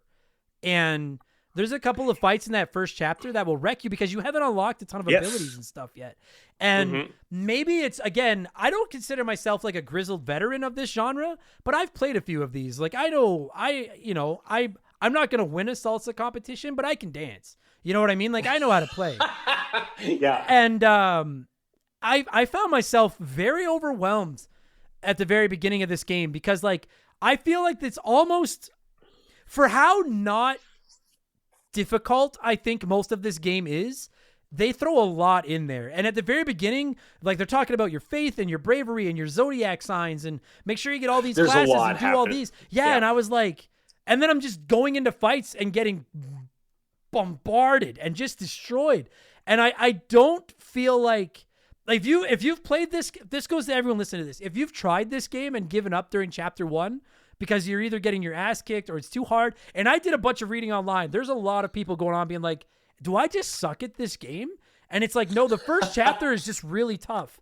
I would implore you, if you like this genre, give it another chance, grind out that first chapter, because once you get through chapter 1, more you start getting more characters. You've got enough experience points that you're going to start unlocking more classes. Frankly, the game gets easier minus that one little portion in chapter 3. I almost felt the first chapter of this game did it a little bit of a disservice because I thought it was so intimidating. And once I got through it, I had a blast. Well, yes. Like I agree with you that there's a lot of stuff like how much does the Zodiac matter? How much does this like little tiny stats matter, and Yeah. like they do matter. I think the biggest thing with why it's tough at the start is, I'm thinking of XCOM in my brain, the remake of it, where you have a few classes to kind of choose from at the start, and there's a little bit there's variety just from the starting point. Right. Whereas in this, yeah, you were right. You only start off with 2 classes. Yeah. You slowly expand into, adding the knight and the archer and the white mage and the black mage. Yeah. Like, you don't have a wide spread of abilities at the start.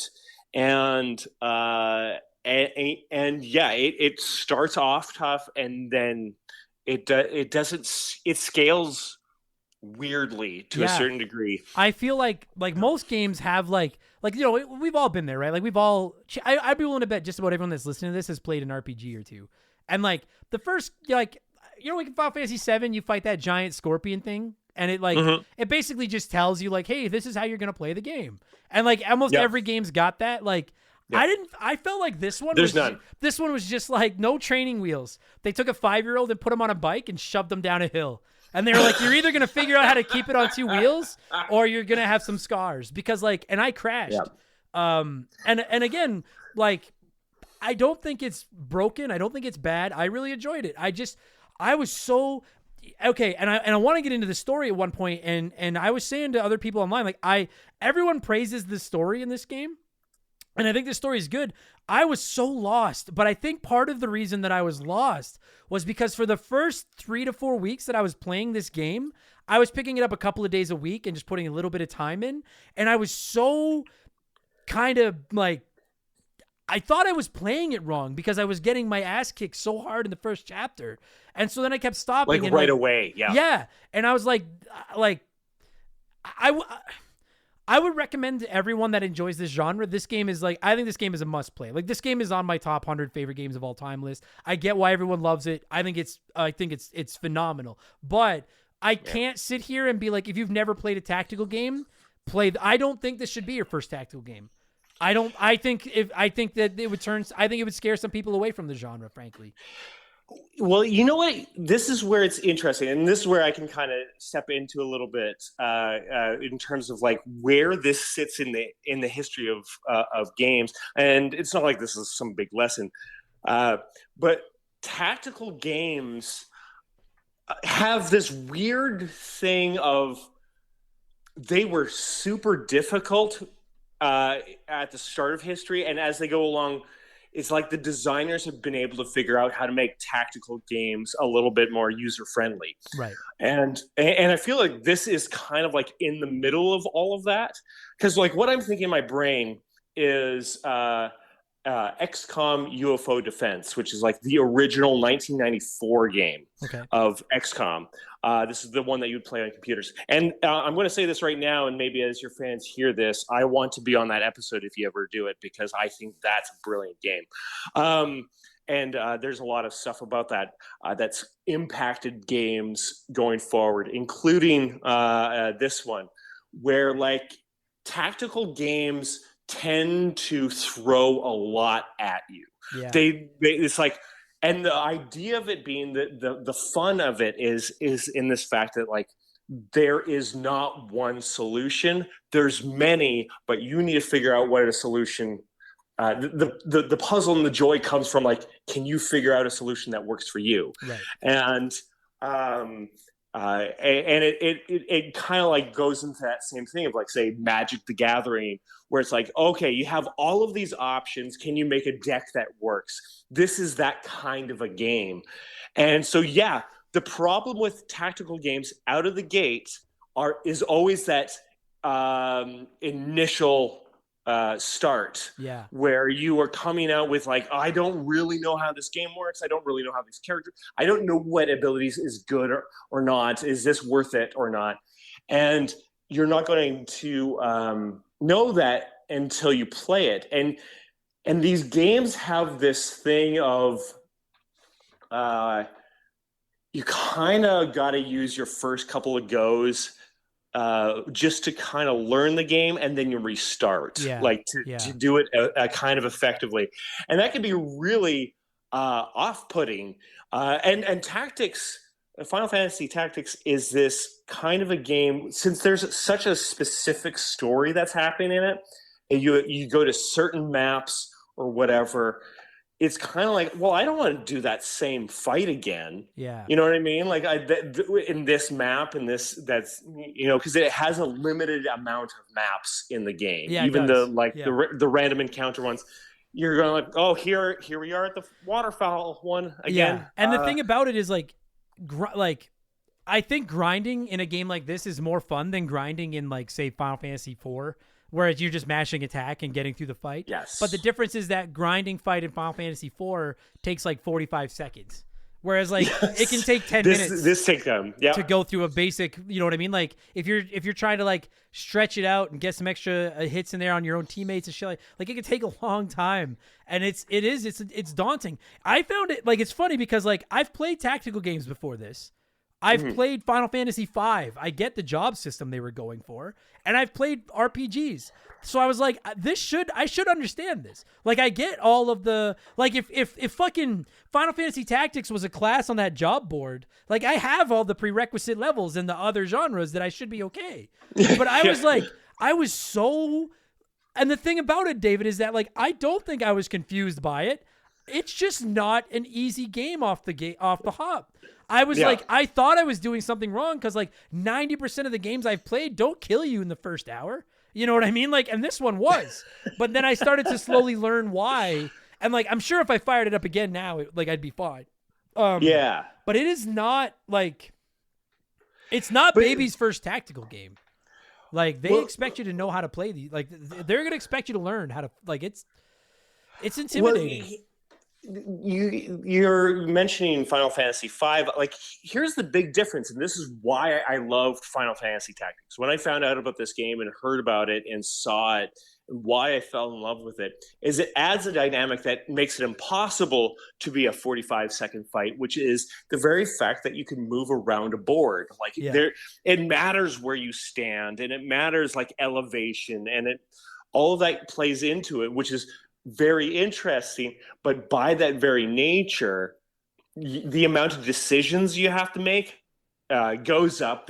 Like how your strategy, like the permutations of all your decisions increase, and you can't just like tap X to just like go through the fight. You actually have to think out every move. Yeah. Even the grinding levels, kind of a thing, because even when you're grinding a battle, all of this is to get certain characters job points, right? So like you even have to like, okay, I got to make sure I do this, and this, so that this person gets the job points. Like there's so many decisions that you're making throughout the whole game that it bogs it right down. And with a limited amount of maps, which is one of the weaknesses of this game. Agreed. But of course that's a limitation of the system. Sure. Yeah. That's not really even fully addressed in the genre until XCOM 2, where they have randomized maps. Yeah. So when you walk in, it's just like, okay, like this is just another random fight or whatever. Oh, it's in the city, but at the least, like the city and all its elements that are in there are in random places. Yeah. So there is new, like it's always a fresh feeling every single fight. Yeah. And of course, in Final Fantasy Tactics, it does not have that random element in it. No, it's almost like, and they even look this way because like when you play it, they're like cut out boards that are just floating like in the sky, and it literally feels like they're like sets from like a play. And they like wheel the set in, and it never changes. They can put different characters in different spots, but that set is not changing at all. And on that note too, on the combat thing, I have something I really want to praise and something that drove me crazy. And the thing I want to kind of that pissed me off was you mentioned the elevations thing. This is kind of twofold. I don't give a fuck what anybody says. To this moment, I don't think they do a very good job explaining how the elevation thing works. And on the note of the elevations thing, a lot of that would be cured. My biggest gripe with the combat in this game, and maybe it's a product of the times, I don't know, but it doesn't show you a preview of where your character could attack. And that, the amount of times, it's easy when you know, like, well, I have a sword. I can hit one of the 4 spaces around me. But, like, the archers have to have so much space away. A magic spell can hit so many areas around it and stuff like that. And it is so frustrating. The amount, and I did it right up until the end of the game, where I would move a character and think I had them set up perfectly to land that big attack, and then realize that the enemy is one position too close or too far away. And again, and you can argue that, like, well, that was a product of the time, but it's like, I played the remastered version. That should have been fixed. When you move, like, when you move your character, you have a chance to, like, it's like moving a character in chess. You put your character on a new place on the board, and then it gives you a minute where you're holding on to the character, and it's like, are you sure this is where you want to put him? But when you put your character to that new spot, before you lock it in, it should highlight in red where you can attack. I will not move off that point. That drove me fucking insane. Well, I don't. As you're saying that, I remember that being, the biggest annoyance in that game. And it kind of makes certain classes weaker. Like, you're talking about the archer. You probably wouldn't hate the archer as much if you knew how to, like, place them, right? Like, or, like, even, like, a summoner. Dude, a summoner is a huge investment. They take forever to get, they take forever to unlock some good spells, and then they take forever to cast those spells. And it's like, but if you can make them work, they're monsters. And it sucks when you, like, you move your summoner and you're like, I think I've got him far enough away that no one's going to kill him, but he's close enough that the spell I'm about to cast will hit. Then I go to cast the summon and find out that the enemies I want to hit are one space too far away. And I'm like, I don't get how I'm supposed to know that. Just highlight them in red. And then when you add in those fucking elevations where sometimes it's like, oh no, I'm standing side by side by this guy, but he's like a half a fucking level too high for me to hit him or whatever. Like, just, and like, I don't, if people want to light me up for this, I don't even care. Outside of that fight in Chapter 3, that's my biggest gripe with this game. I just do not understand the logic between not having an attack preview. I don't get it. Well, and I'm trying to think here. I'm trying to think in Shining Force, which predates this game. I feel like you can move your person and check if you can hit them, like if they're within range, and then reset. Like, I feel you can do that. Can you not? I can't. I haven't played Force in a while, but I want to say you can. And again, because I feel like I didn't have that same frustration. I mean, it's a little bit different because elevation doesn't matter. It is not a thing in Shining Force. But yeah, that was a big thing in this game where it's so like, you can't predict if the elevation drop is enough so that you can shoot farther, because that was the whole thing. If it's a higher elevation, you can shoot farther out. And it it fucked me. It fucked me a few times because I would move a character to where I thought I had them in place to land a shot, drop them in, then realize they're not in place to do a shot. They can't really do anything. They just wait, and now they get attacked because I'm close enough for the enemy to reach me. And it's like, and again, maybe on the original PlayStation release, I'll listen to arguments that was a product of the times, but on a re-release of it, like, that should be remedied. I just found that to be such a big major nuisance. Difference. Yeah. And because on that note, you mentioned, I loved the maps. Like, I love the elevation mechanic and the way there's, like, water mechanics, and, like, I thought all that was great. I like the idea that you could employ, like, there's strategies to, like, making sure your character's standing with their back against a wall so no one can hit them from behind. I think that's awesome. That's why you want to play this game, right? Like, that's that's the thing it's selling you. But it sucks that you have to, like, somehow guess and calculate according to, like, something that you can't easily see. Like, you know what I mean? Like, it's not very clear. Like, even if it did, if it was trying to really challenge you, you'd think it would do a thing of something like, okay, the elevation is this. We will tell you that you'll be able to shoot one square farther with an archer if you're 3 elevation up or whatever. It doesn't give you any parameters. No, I to found figure it out. Yeah. You can't even do the thing of like, oh, you can do the extra work. You just have to just know. Yeah, like, and that's not really everything else in the game. You know how it works. There's just this one weird area where you're just guessing. Yeah, I'm like, that's the only area, and that's very frustrating in a tactical game. Agreed. And I don't know if the original was like this. I will say in War of the Lions, when you go into an ability, it will say something like, I don't know, like 4 striking distance or whatever, like width and height. But that still means nothing to me when I think I have it right. But then it turns out once you throw in elevations, it fucks it all up again. And I just, and there's so much elevation, which again, I think is like, dude, to me, some of the funnest battles in this game are when you're in towns and you can like go up on rooftops and come down. Love it. Loved it. Love it. I just found it. Yeah. It all would have been remedied with a basic combat preview window. You don't even have to tell me what the percentage of landing the attack is. Just tell me that like it's possible. Like, there's somewhere between a 1 in 100 chance that my attack will reach that square. Like that's all I needed. So I wanted to rant about that so badly because it made me so mad, and it makes me feel good that someone that's smarter than me also felt that way. That makes me feel better. I appreciate that you think that I am smarter. Well, I appreciate that. You fooled me. But that's the secret. That's really the secret. On the note of the battles, though, the other thing I wanted to shout out that I think is awesome is at the bottom of the screen, at any time, you can open up the list of the upcoming attack order.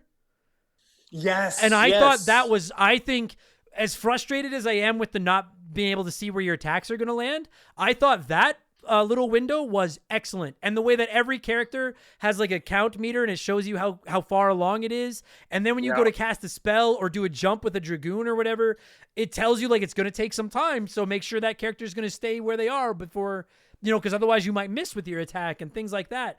I loved that. That mechanic added so much depth because I first thing I would do when a battle started was open it and be like, okay, only my ninja is going to get an attack in. Then 4 of them are attacking. So I got to be careful to not leave my ninja out there with his pants down, And this is a thing that in all of the games I play, because I play Dungeons and Dragons in real life and everything, that's a thing I wish was a mechanic more often, was the idea of you're making a choice to take a certain action. Like one of the payoffs of doing like a fast attack versus a heavy attack should be like, okay, well, maybe you're trying to get more attacks in or whatever. Like that's a part of strategy. Yeah. It's not in a lot of games. It's not in XCOM 1 or 2. That's my go-to. I'm sorry that I keep referencing it. But I've always considered XCOM 2 to be like the gold standard for the genre. And that's the thing I really miss. And that's the thing I wish was in D&D. And technically there is a way of implementing that. But that's the thing where it's like your choice matters. That's the whole idea of a tactics game, is every choice matters, that there's many ways of doing it. Yeah. And the very fact that tactics has this speed element in it is huge, which does take from the other Final Fantasy games. I think that's one of the best mechanics it kept from the core games, because that's not in the future XCOM games. Actually, it is in the old XCOM game, and that's another reason why I love that game. I like that, like you go to cast a spell with a mage and say it's going to take you 3 turns to cast it. So then when I pick my target, I'm looking at their counter meter and being like, well, he's already at 80 of 100. Like he's going to be gone before I cast this spell. And it's like, and you can target the spell on a unit or on a tile on the board. So it's like, well, I can target the spell on that unit, but if that unit comes over here and attacks me, then that fucking spell is going to hit me while it hits him. And so like that strategy comes in. Like I said, my ninja can come flying out of the gate and hit anybody, but if the next 4 turns are enemies and I take my ninja into enemy territory, I might kill one of them, but then he's just going to stand there and get beat on by 3 more before I get anyone else that can go heal him or anything. The longer I got into the game and the more I learned, about the strategies and stuff, the more I thought I was like, what an underrated mechanic this is. Like it adds so much to the strategy of it. I loved it. I loved that concept so much. That was so good. Yeah, I think, and that's really, I think, one of the big strengths of that game. And like, if I may, like, really, my experience with tactical games is very limited. They don't on consoles. They haven't made a lot of tactical games. There are some, but like I'm thinking, even with PS1, I don't even know of another tactical RPG, and I'm sure somebody does. I feel that there is another one that's probably like lesser known, Sure. but I can't recall it. They don't make very many, and the progression in my brain, and from my experience, and this is where it's like going into nostalgia of my memory and like why I love this game, is my experience before this one, because this came out when I was 15. The game before that I played was Shining Force. Shining Force like lit up my brain. That changed video games for me. That actually changed how I saw fantasy and everything like that. And with the idea of like turn-based things, this is not about reactions. This is about decisions. Yeah. And that really elevated. Playing this game when I saw it come out, like it elevates that whole thing of adding so many more decisions, not just you know tactically, but also with your characters, like the job system. Another great pull from Final Fantasy that I'm glad that they used. It's such a wonderful kind of a beautiful kind of thing. And then after this, going to XCOM, like that was the next game I played in the tactics kind of a field that was available for consoles, kind of a thing. And I've still to this day, every once in a while, because I don't keep up on the news or anything. I'm like, is tactics available on Xbox? Like I'm just waiting for it to come to Xbox. Yeah, it's so badly. Yeah, it's pretty. I'm hoping it gets added to the new PS Plus games because it's kind of like, oh yeah. And just for the record, quickly, in case anyone's wondering, I played it on the iPad, and 90% of the time it actually worked really well. Other than some menu, scrolling through some menus was a pain in the ass. Other than that, like it's very playable on the iPad. I just wanted to throw that out there. It works really well. Well, and like the thing is, when you asked me to do this one, I was like, man, you reminded me, I want to play tactics real bad. Yeah. And then I was like, the only way I could do it is play it on my phone. And I'm like, no.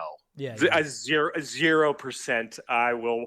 But I like any other system, just give it to me on the. Yeah. I guess. I said it on Twitter. I said it on Twitter that this game is not available on the Nintendo Switch is a crime. Like this game would be so at home on the Nintendo Switch. And you were talking about the lack of console tactical games. So I looked up 3 different lists of the best tactical RPGs on consoles before this episode. All three listed this game as number 1. All 3 of them. And really, all 3 of them. And you know what? Now that I've played it, because Fire Emblem 3 Houses would be my go-to. If you don't count XCOM 2, because I haven't played a ton of XCOM 2. Fire Emblem 3 Houses would be my number 1. And I'm like, there are aspects of this game I like better and aspects I don't.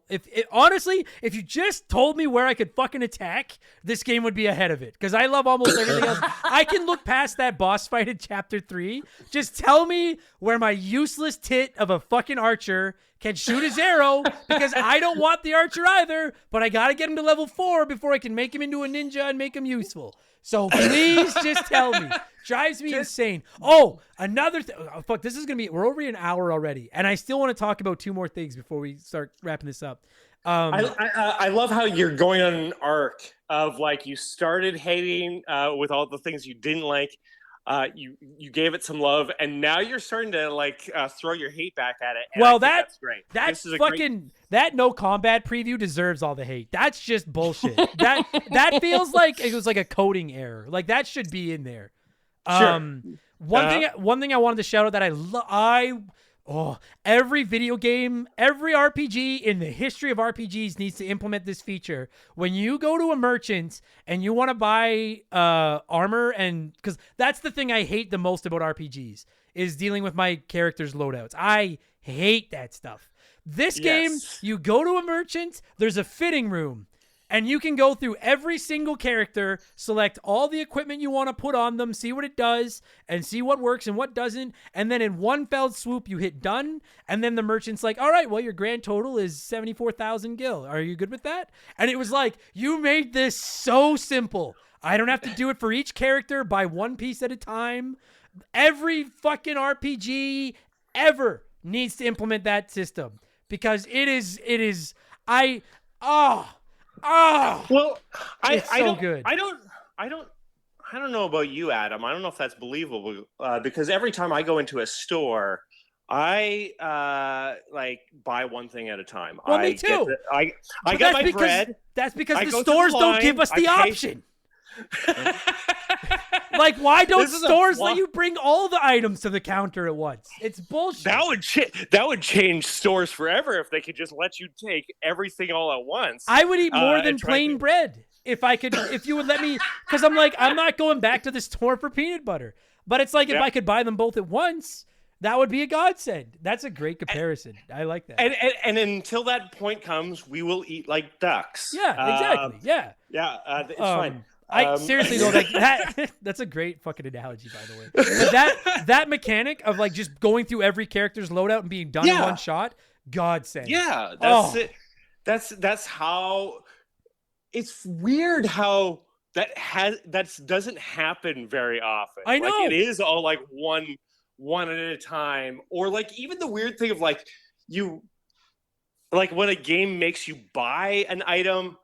And then you have to, after buying the item, going into the inventory and equipping it on the character. It's like, what is the point? What is happening? Yeah, this is like you wear it out of the store. It's perfect. Yeah, that's like when I buy shoes and put them on and then throw my old ones out as I leave the store.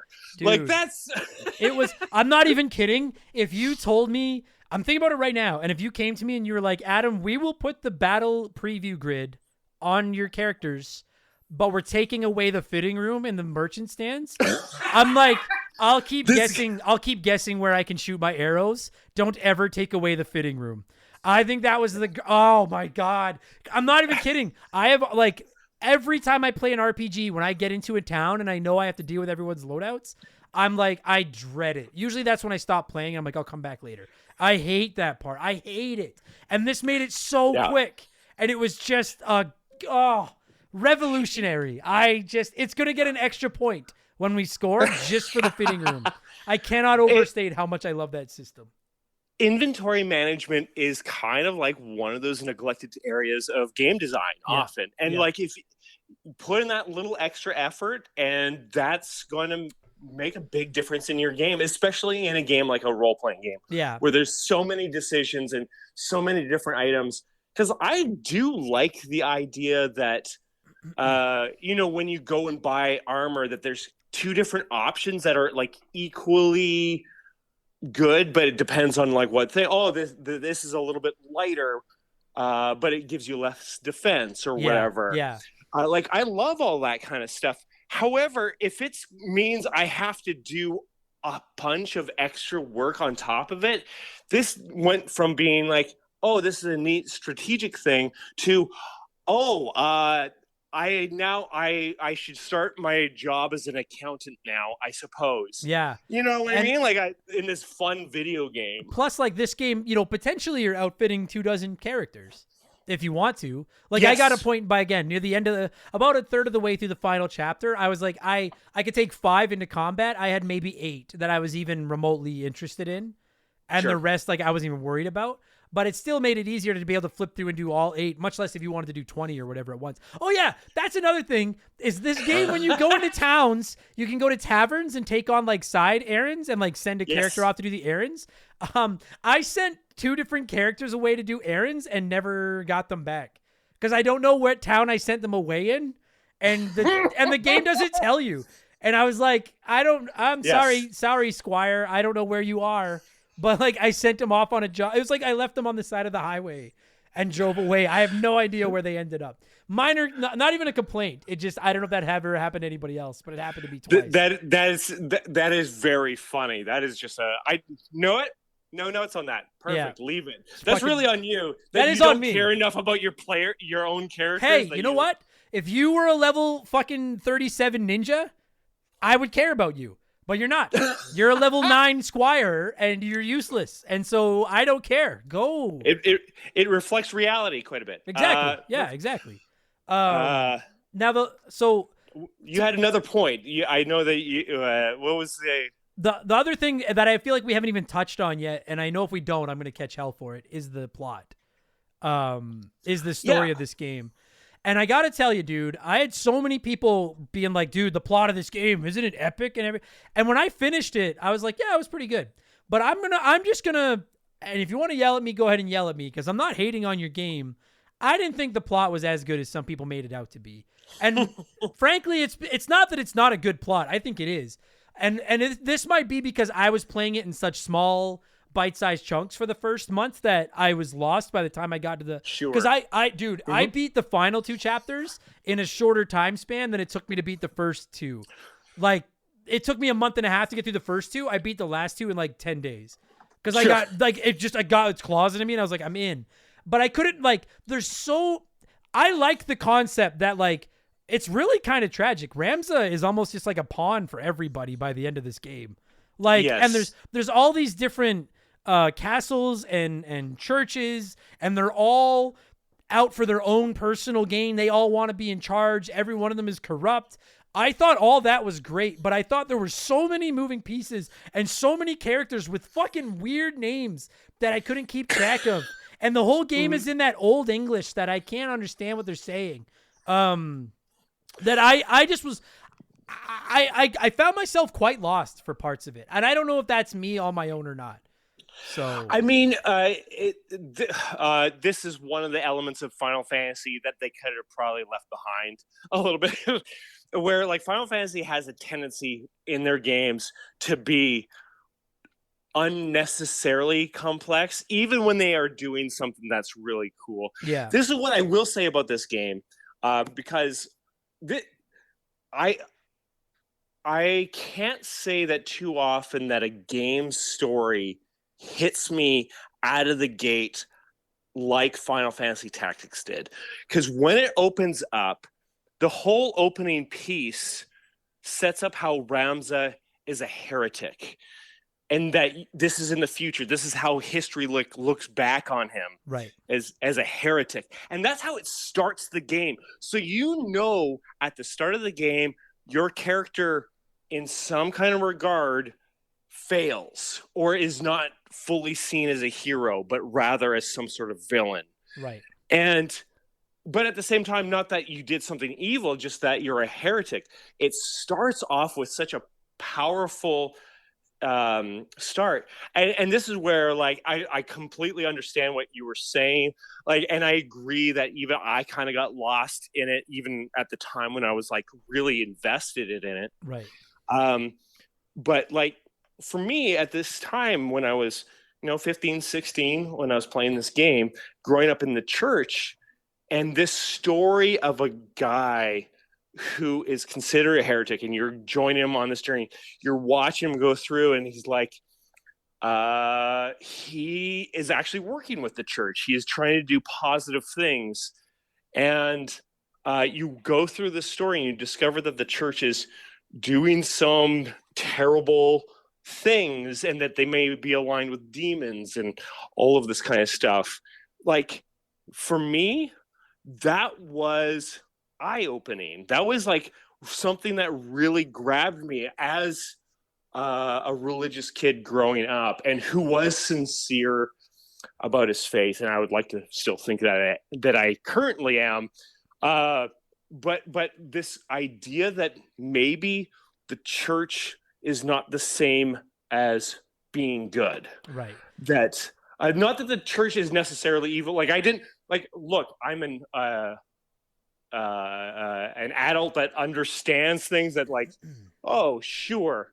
The church does not mean that God is evil per se, but like adding this element of complexity to the idea of religion is what Final Fantasy Tactics brought to me.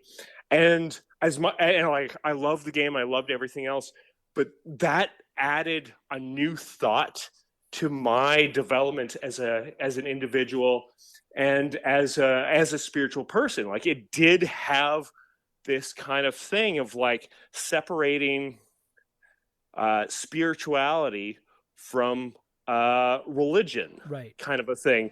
That's just because the church says a thing doesn't necessarily mean it is the right thing. Right. And that was a powerful thing for me, and it allowed me to keep in mind as I was growing up, keep questioning things, and like like even as I went to Bible college later on, like this idea of like when there's so much homophobia that's in the church, especially in the the late 90s, early 2000s, that was still present, and it's still present now in a lot of churches. But like as I'm going through this space, I had this thing of like, I'm really thinking it through of like how does certain things that the church are saying and doing, I don't just take it at face value. Sure. I take it with an element of like, think through it, take a moment, reflect on it. Like, what does it mean to be good and to be spiritual and to be holy and everything like that? And not that I'm saying like Final Fantasy Tactics change everything for me. It's one of these things along my youth and my growing up that just planted this seed of like, be more mindful of the institutions and things that you put faith in. Yeah. Like when I say that I criticize it, let me say like, I do think the story is really cool. I like the idea that the church, everyone thinks the church is great. And then it turns out now the church is kind of corrupt. And I like that there's these kingdoms and they both have like pawns that they want to see put in charge so that they'll have the power, and they're fighting with all of that was great. Where my criticism, I have two things that I want to, first of all, I think part of the reason I struggled with this story is because in the early going, I was trying so hard to focus on learning how to play the game that the story became secondary. And then by the time and then by the time I had my feet under me, the story was already off to the races. And I'm like, okay, so what's been going on? And then I tried to catch up on the backlogs because you can read like the logs, but they're written in that fucking stupid old English, and I don't know what the fuck they're trying to say. So like, I did think I do like the principle. I'm a big fan of like I will never move off the point that Kefka is the greatest villain in Final Fantasy history.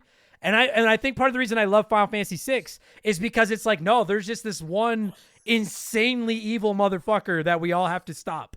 And in this game, it wasn't so much like that. It was all these kingdoms, and everyone's motivated by greed and power, which I think is an equally clever mechanic. I just found myself kind of lost. Yes, because the game itself was really intricate to the point that like the mechanics distracted you from the story it's trying to tell. And then add in that stupid old English and add in some of the weird names. That's unnecessary, yeah. And I didn't, although I will say there was one point in the game where they said, I mislike this. And I was like, I'm taking that. I'm saying that. That's part of my verbiage now. I mislike this. I mislike this a lot, yes. So that kind of bugged me, but I'm not saying the story was bad. I'm just saying I was kind of lost. And so all the people that were messaging me be like, how great is this story? I was like, concept is awesome. I just need to, now that I'm done the game, I think I need to sit down and reread the story a couple more times. I would like to throw this out there though, and I don't think I'm going to say the name right. Is it Delita? I don't know how you're supposed to say it. Delita? Well, it's not said aloud. So like, yeah, I always went with Delita. Okay, that's what I thought too. But I'm going with it's Delita. Probably Delita. I don't know. Oh, I'm gonna catch shit for it, I'm sure. Delita, whatever. Maybe now in my 5 favorite Final Fantasy characters of all time. And again, I said there was gonna be some spoilers. That at the very end of the game, this guy who has been around for this entire game, he's just a normal dude, and he ends up in charge. He's like the guy in Survivor or Big Brother that just hid in the shadows and then at the end came out and won. And I just want to just throw it out there. I don't entirely understand what happened in this story, but I understand that like fucking Delito, whatever, ended up in charge at the end, and until he gets stabbed. But I just was like, I didn't see that coming. Like, I didn't see that, like, the whole time Ramza's going around just trying to prevent the end of the world and trying to get everyone to just listen to him and be like, just stop, you guys. Like, someone isn't crooked, right? And it turns out, like, no, we're all fucking crooked. Fuck you, Ramza. And the whole time, fucking Delita is just hiding in the bushes like, and now I'm the captain now. And I thought that was such a great ending. And I just thought he was such an awesome character. Frankly, I thought that, again, I found myself quite lost. I thought Ramza was a very cool protagonist, much better than some other Final Fantasy protagonists. Yes. And I thought Delito was just easily in my top 5 favorite Final Fantasy characters ever now. I just think, like, he's up there with Sid from Final Fantasy VII as, like, my favorites. I love them. It's a very easy argument to make, for sure. And, like, I think this comes around to... what I do appreciate about the story is that it is a complex story in the same way that Game of Thrones is, in terms of like, there's a lot of groups and machinations happening, and they're bumping up, and sometimes they're allied, and sometimes they go against each other, and like how you wind up with Ramza being seen as a heretic, even though what he was doing is objectively good, is like. That's the kind of thing that this story does. But coming back to, the story can be overlooked or missed because if you get too caught up in the mechanics of the game and trying to learn this really complex system, it is so easy to put the story behind, and you're just like, I guess I'm fighting this guy now. Who is this guy? I don't know. He seems evil based on his little character portrait. Yeah, that's it, right? Well, you're right. Like, I found, like, I feel like, I don't know if I'll ever play this game again because it is a big time investment. But I feel like this is a game that you would enjoy more the second time through. When you're not, you don't have to worry about, right? Mm-hmm. You don't have to learn it. You already know how to play. You can dial it in on the story. You know what character classes you can fuck around with because you did it the first time. There's dude, this is one of those games that if you paid full price back in the day, like $60 or whatever dollars for it, and you didn't give up because you were lost, you got your money's worth. And it's not absolutely fluff. It's not fluff. No. It's not one of those games where they just threw in a hard mode. Like there is so I know you always make everyone always makes fun of me for saying meat on the bone, but like this is a 20-pound fucking steak. Like there is a lot to this video game.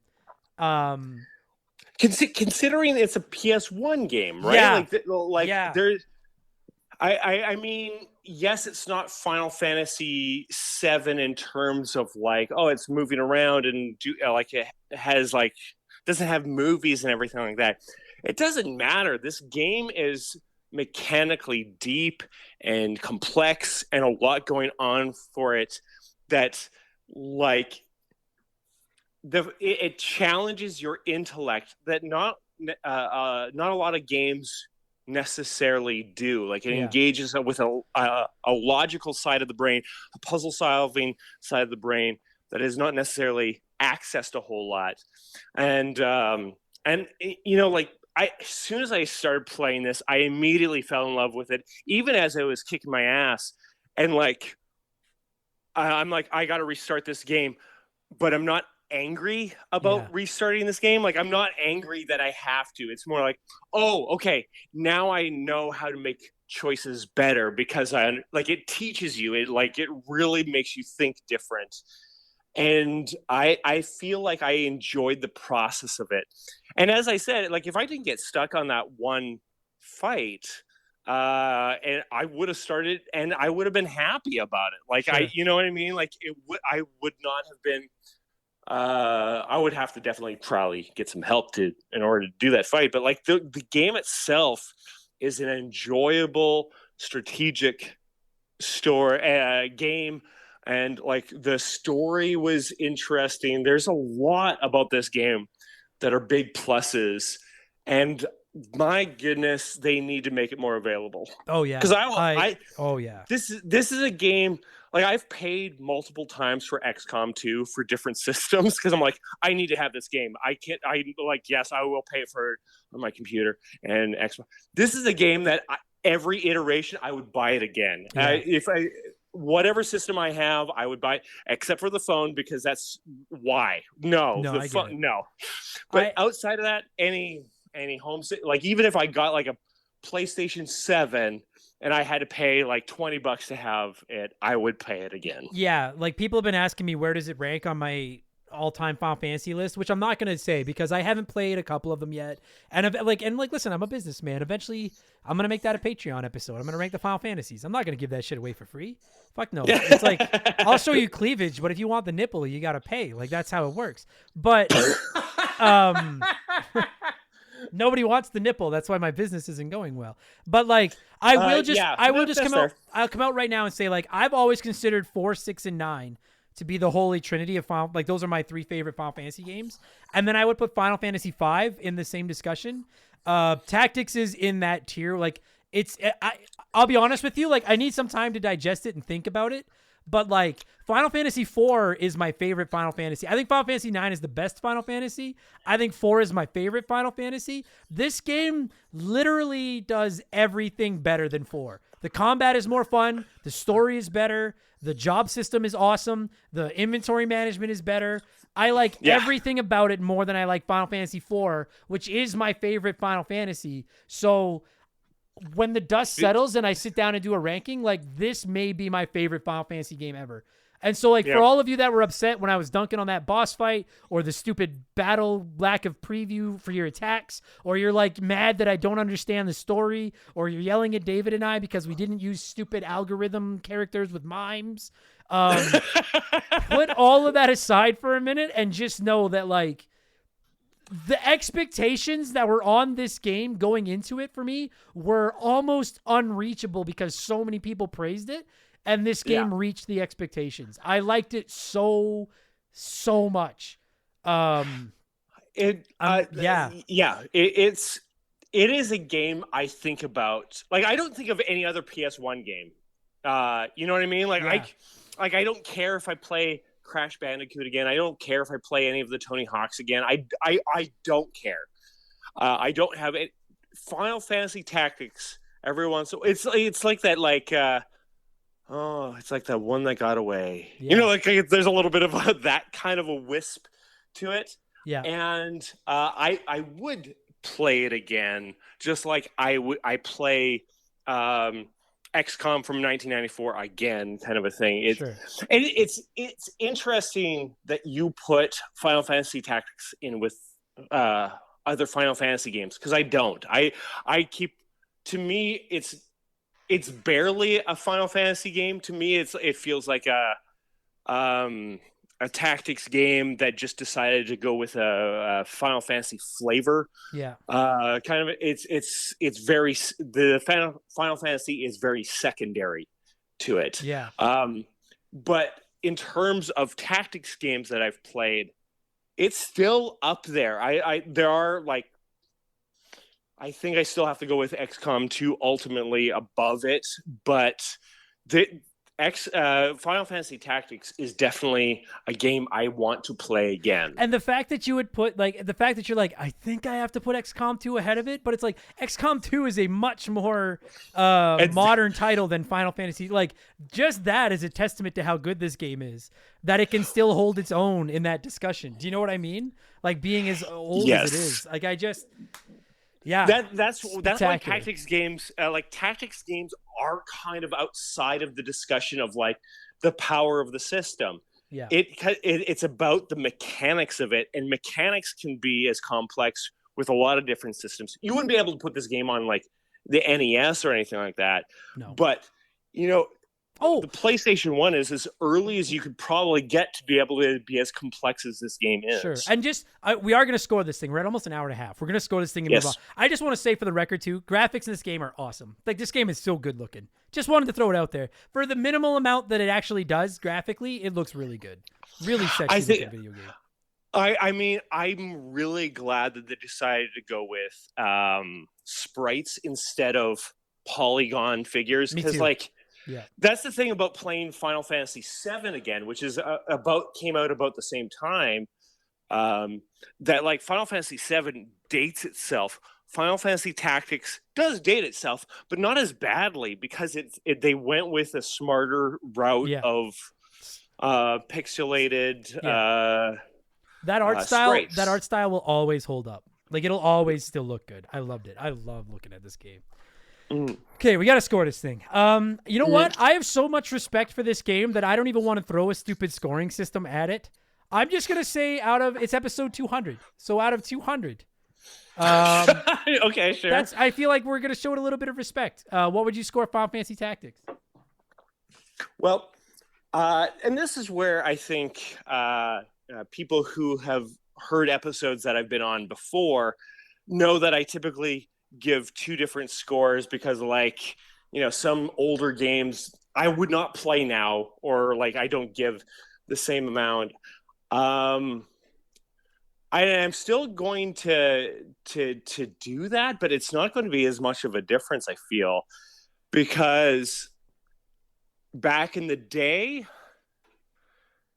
it's probably got to be up around 183, like as an old game. But even now, because I don't care about graphics, I don't care about like, oh, it's got the game that I enjoy. I don't care about graphics and stuff like that and whatever. I think in terms of enjoyment, even now, I would still put it as like 171. So it's not even that much of a drop. Like, No. There's a couple of things to improve on it that is very obvious, but I think I would enjoy it almost as much as I did as when I first played it. And there's a reason why I still want to play. I don't want to play a lot of old games again. This is one I want to play again. Yeah, for sure. I get that. Yeah, honestly, I'm gonna give it like 190 out of 200. The only major criticism I have of it is I thought that save, like, and I'm not even making jokes about it. I think that save right before that fight in Chapter 3 is stupid. It's not good. Other than that, it's just minor things that I found to be a nuisance. I'm not going to sit here and just blanket recommend this game to everybody listening because I do think this wouldn't be for everybody. But if you're into tactical games like this, I get why it's on the top of all those lists. And I must play, in my opinion. I just gushed on it for 90 minutes. I just thought this game was spectacular. It was every bit worth the hype that all of you gave it going in. And I'm glad that I finally got around to playing it. And I got it. You know what? I'll even go as far as to say I would be shocked if another retro game that I've never played, that everyone's been on me to play forever, lives up to their hype like this game did. Like, it was everything I wanted. I just loved it. Loved it. What a great fucking No, game. Yeah, that's Great probably fucking fair. Yeah. Okay, so we're at an hour and a half, and I still have to fucking do an outro, and I guarantee you the intro was long because it was episode 200. So I'm going to shut up for 45 seconds. David, if people want to listen to more of your rambling, where can they find it? Well, fortunately, if you want to listen to my more comedic brilliance as opposed to me going on and on about video games with limited understanding, I also am doing a podcast. It's called Quantum Kickflip. It is done with my sketch comedy group, The Debutantes. You can find it's called Quantum Kickflip. It's about teens going to other dimensions to pull gnarly tricks and to pull stunts and everything like that. It's a ton of fun, and we are about to do our season finale on season 1. It's going to start June 22nd. I'm very proud of this show. I think we did a really good job with it. And if you want to see some silly shenanigans and do that. Yeah, go to quantumkickflip.com. You can follow us on Instagram, Quantum Kickflip. You can also follow my sketch group. It's the Debutantes.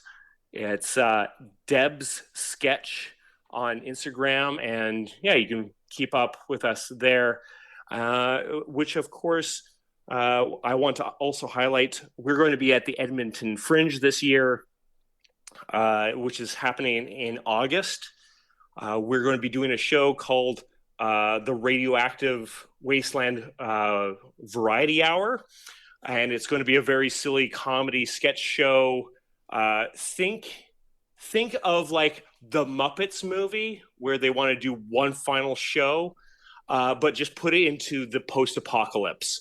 So it's very silly and also has a lot of heart in it. So I'm all about the heart. I'm all about, you know what? Heart makes up for, and I'm not saying this is you, but I'm telling you all, I can speak firsthand. Heart makes up for a lack of talent. I can fucking tell you all that in space. Yeah, that's the story of my life. I rely on that as well. That is for sure. You can find that information in the description of this podcast if you're interested, assuming David remembers to send it to me, which I'm sure he will. And David, listen, I'm going to sign this thing off, and I'm going to thank everybody afterwards, but 200 of these fucking things, man, and you've been on a lot of them. So let me just say, dude, thank you so much for all your time that you've put in to Remember the Game and for being a great guest and a great friend, man. I'm very grateful. Thank you very much. Thanks for having me. I always enjoy it, so...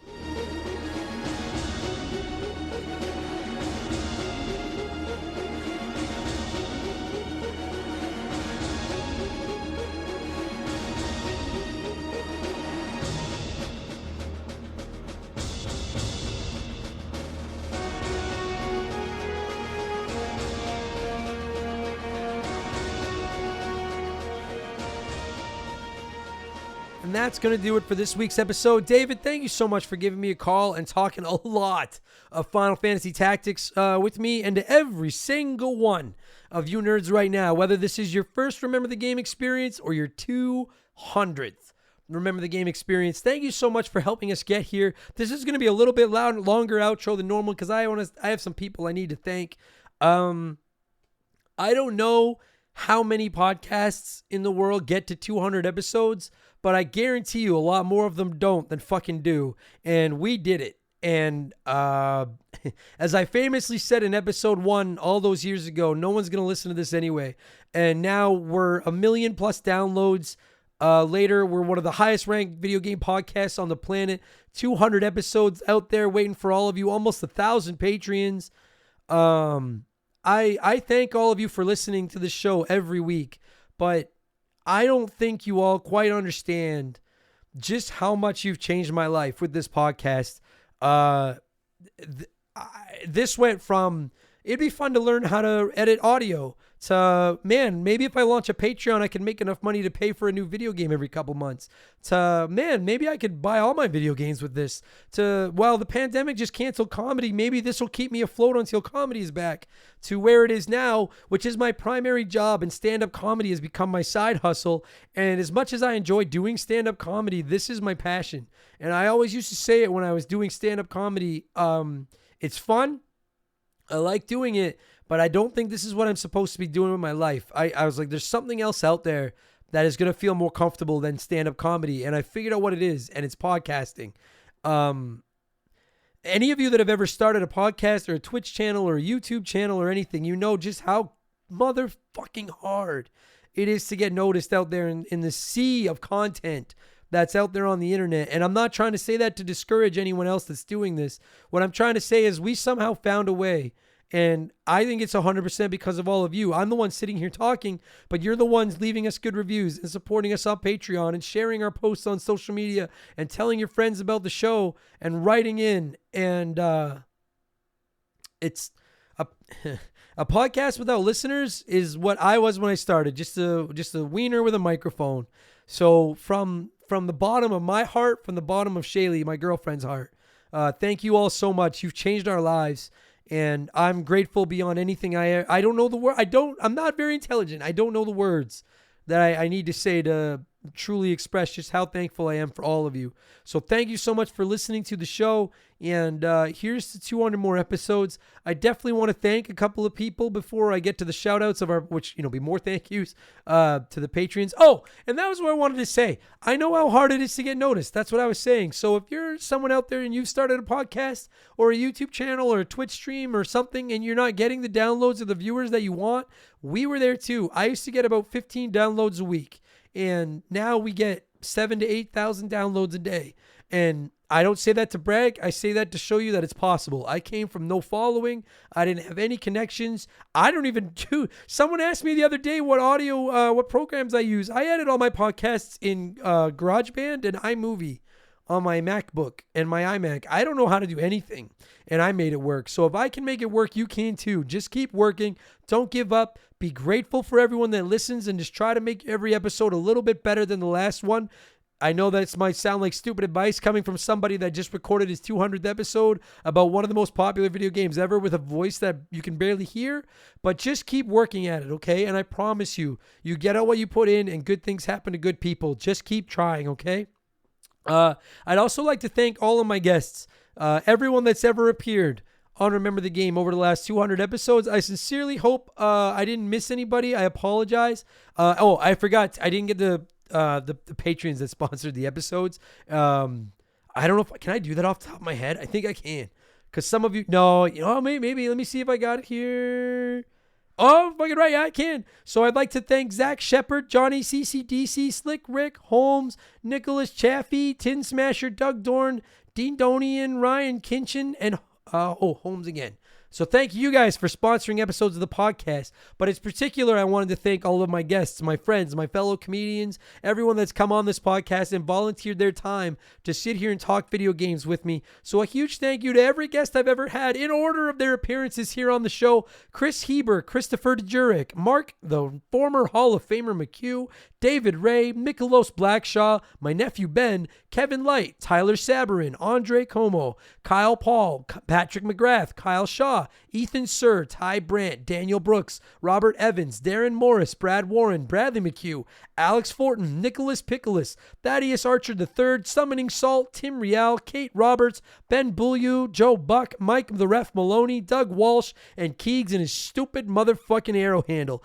Thank you all so much for taking time to come on my podcast. Look, if you've made it this far, clearly you don't hate the sound of my voice. Leave us a nice review on your favorite podcast service. We'd appreciate it. And if you want a whole bunch of additional episodes of this show, head on over to patreon.com/rememberthegame. $2 a month is all it's going to take to get you started, and you get 2 additional episodes every week, along with a ton of other perks and instant access to over 200 bonus podcasts.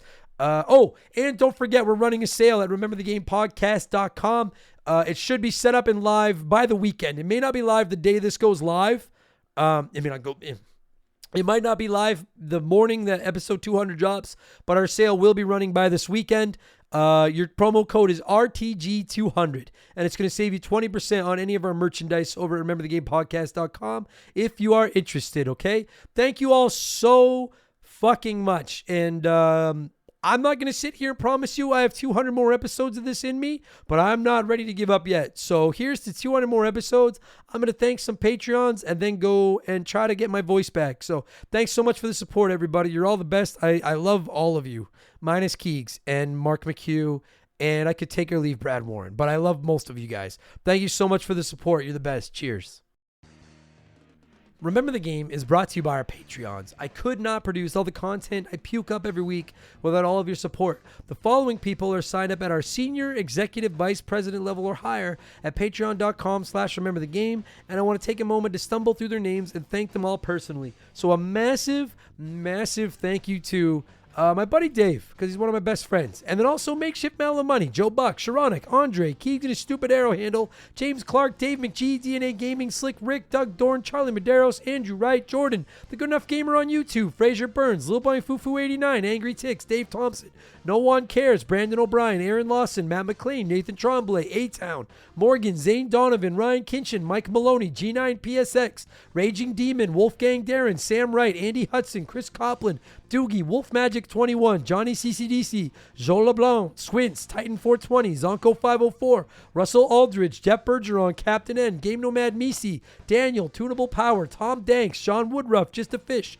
Noob Q, Super Dad Bros Podcast, Enzalo, Holmes, Zach Shepard, Ballsack Teabagger, Chris Dickin, Untakar, Matthew D'Amico, Frosty Feet 492, Chris Larkin, Austin Cook, Elijah Burns, Stephen Parnell, Dakabai, Ray San Tonga, Zach Coiner, DBXJ, Jameer Williams, Steve Dalk, Phil McCracken, Trav H, Mizuru, David Marcus, Phil Lencher, Ruben Elizald, Eric James, Riley Turvey, Jake Carter, C-Spin, Thomas Smith, Nikola, Munch Makuchi, Leroy Westrich, Dark Squall, Jerry the 3D Printed Saustrich, Evolva, Sean Ramos, Boston Pork Sword, DB Cooper, Stud Still Smash, Mojo the Helper Monkey, Solid Rake, Brant Hewitt, Gabe, Dan Fusselman, Aaron Mitson, Decoy Man, John Jameson, god damn it, Wyatt the Surgeon Who's Not a Surgeon Rowe, Tyler Nightmare, Terry Douglas, Benjamin Swiller, Creature Club, here we go, Pet My Peeve Podcast, Tristan Teen the Great, Hegel Waffle, Esteban Navarro, Kach, Jimothy, Josh Stone, Chris Williams, Evil Skywalker, Nicole Novak, Cody Richardson, General Fury, Salty by Design, Jason Workman, Dem Boys on the Roof, Oh What the Fuck, LOL, The Jamadian Nightmare, Matt Hamilton, James Black, Sam Carpenter, Nerdy Hybrid, Tug Jones, Adam Fletcher, Colin Bollinger, Justified 01, Lucas Charleston, You Lick My Butt, IR Jackal, Thierend, Isaias, Paul Algarate. The new ones fuck me up because I'm used to saying the old ones. Lance Jones and Brian Neese. Thank you all so much. 200 episodes. Purple Monkey Dishwasher.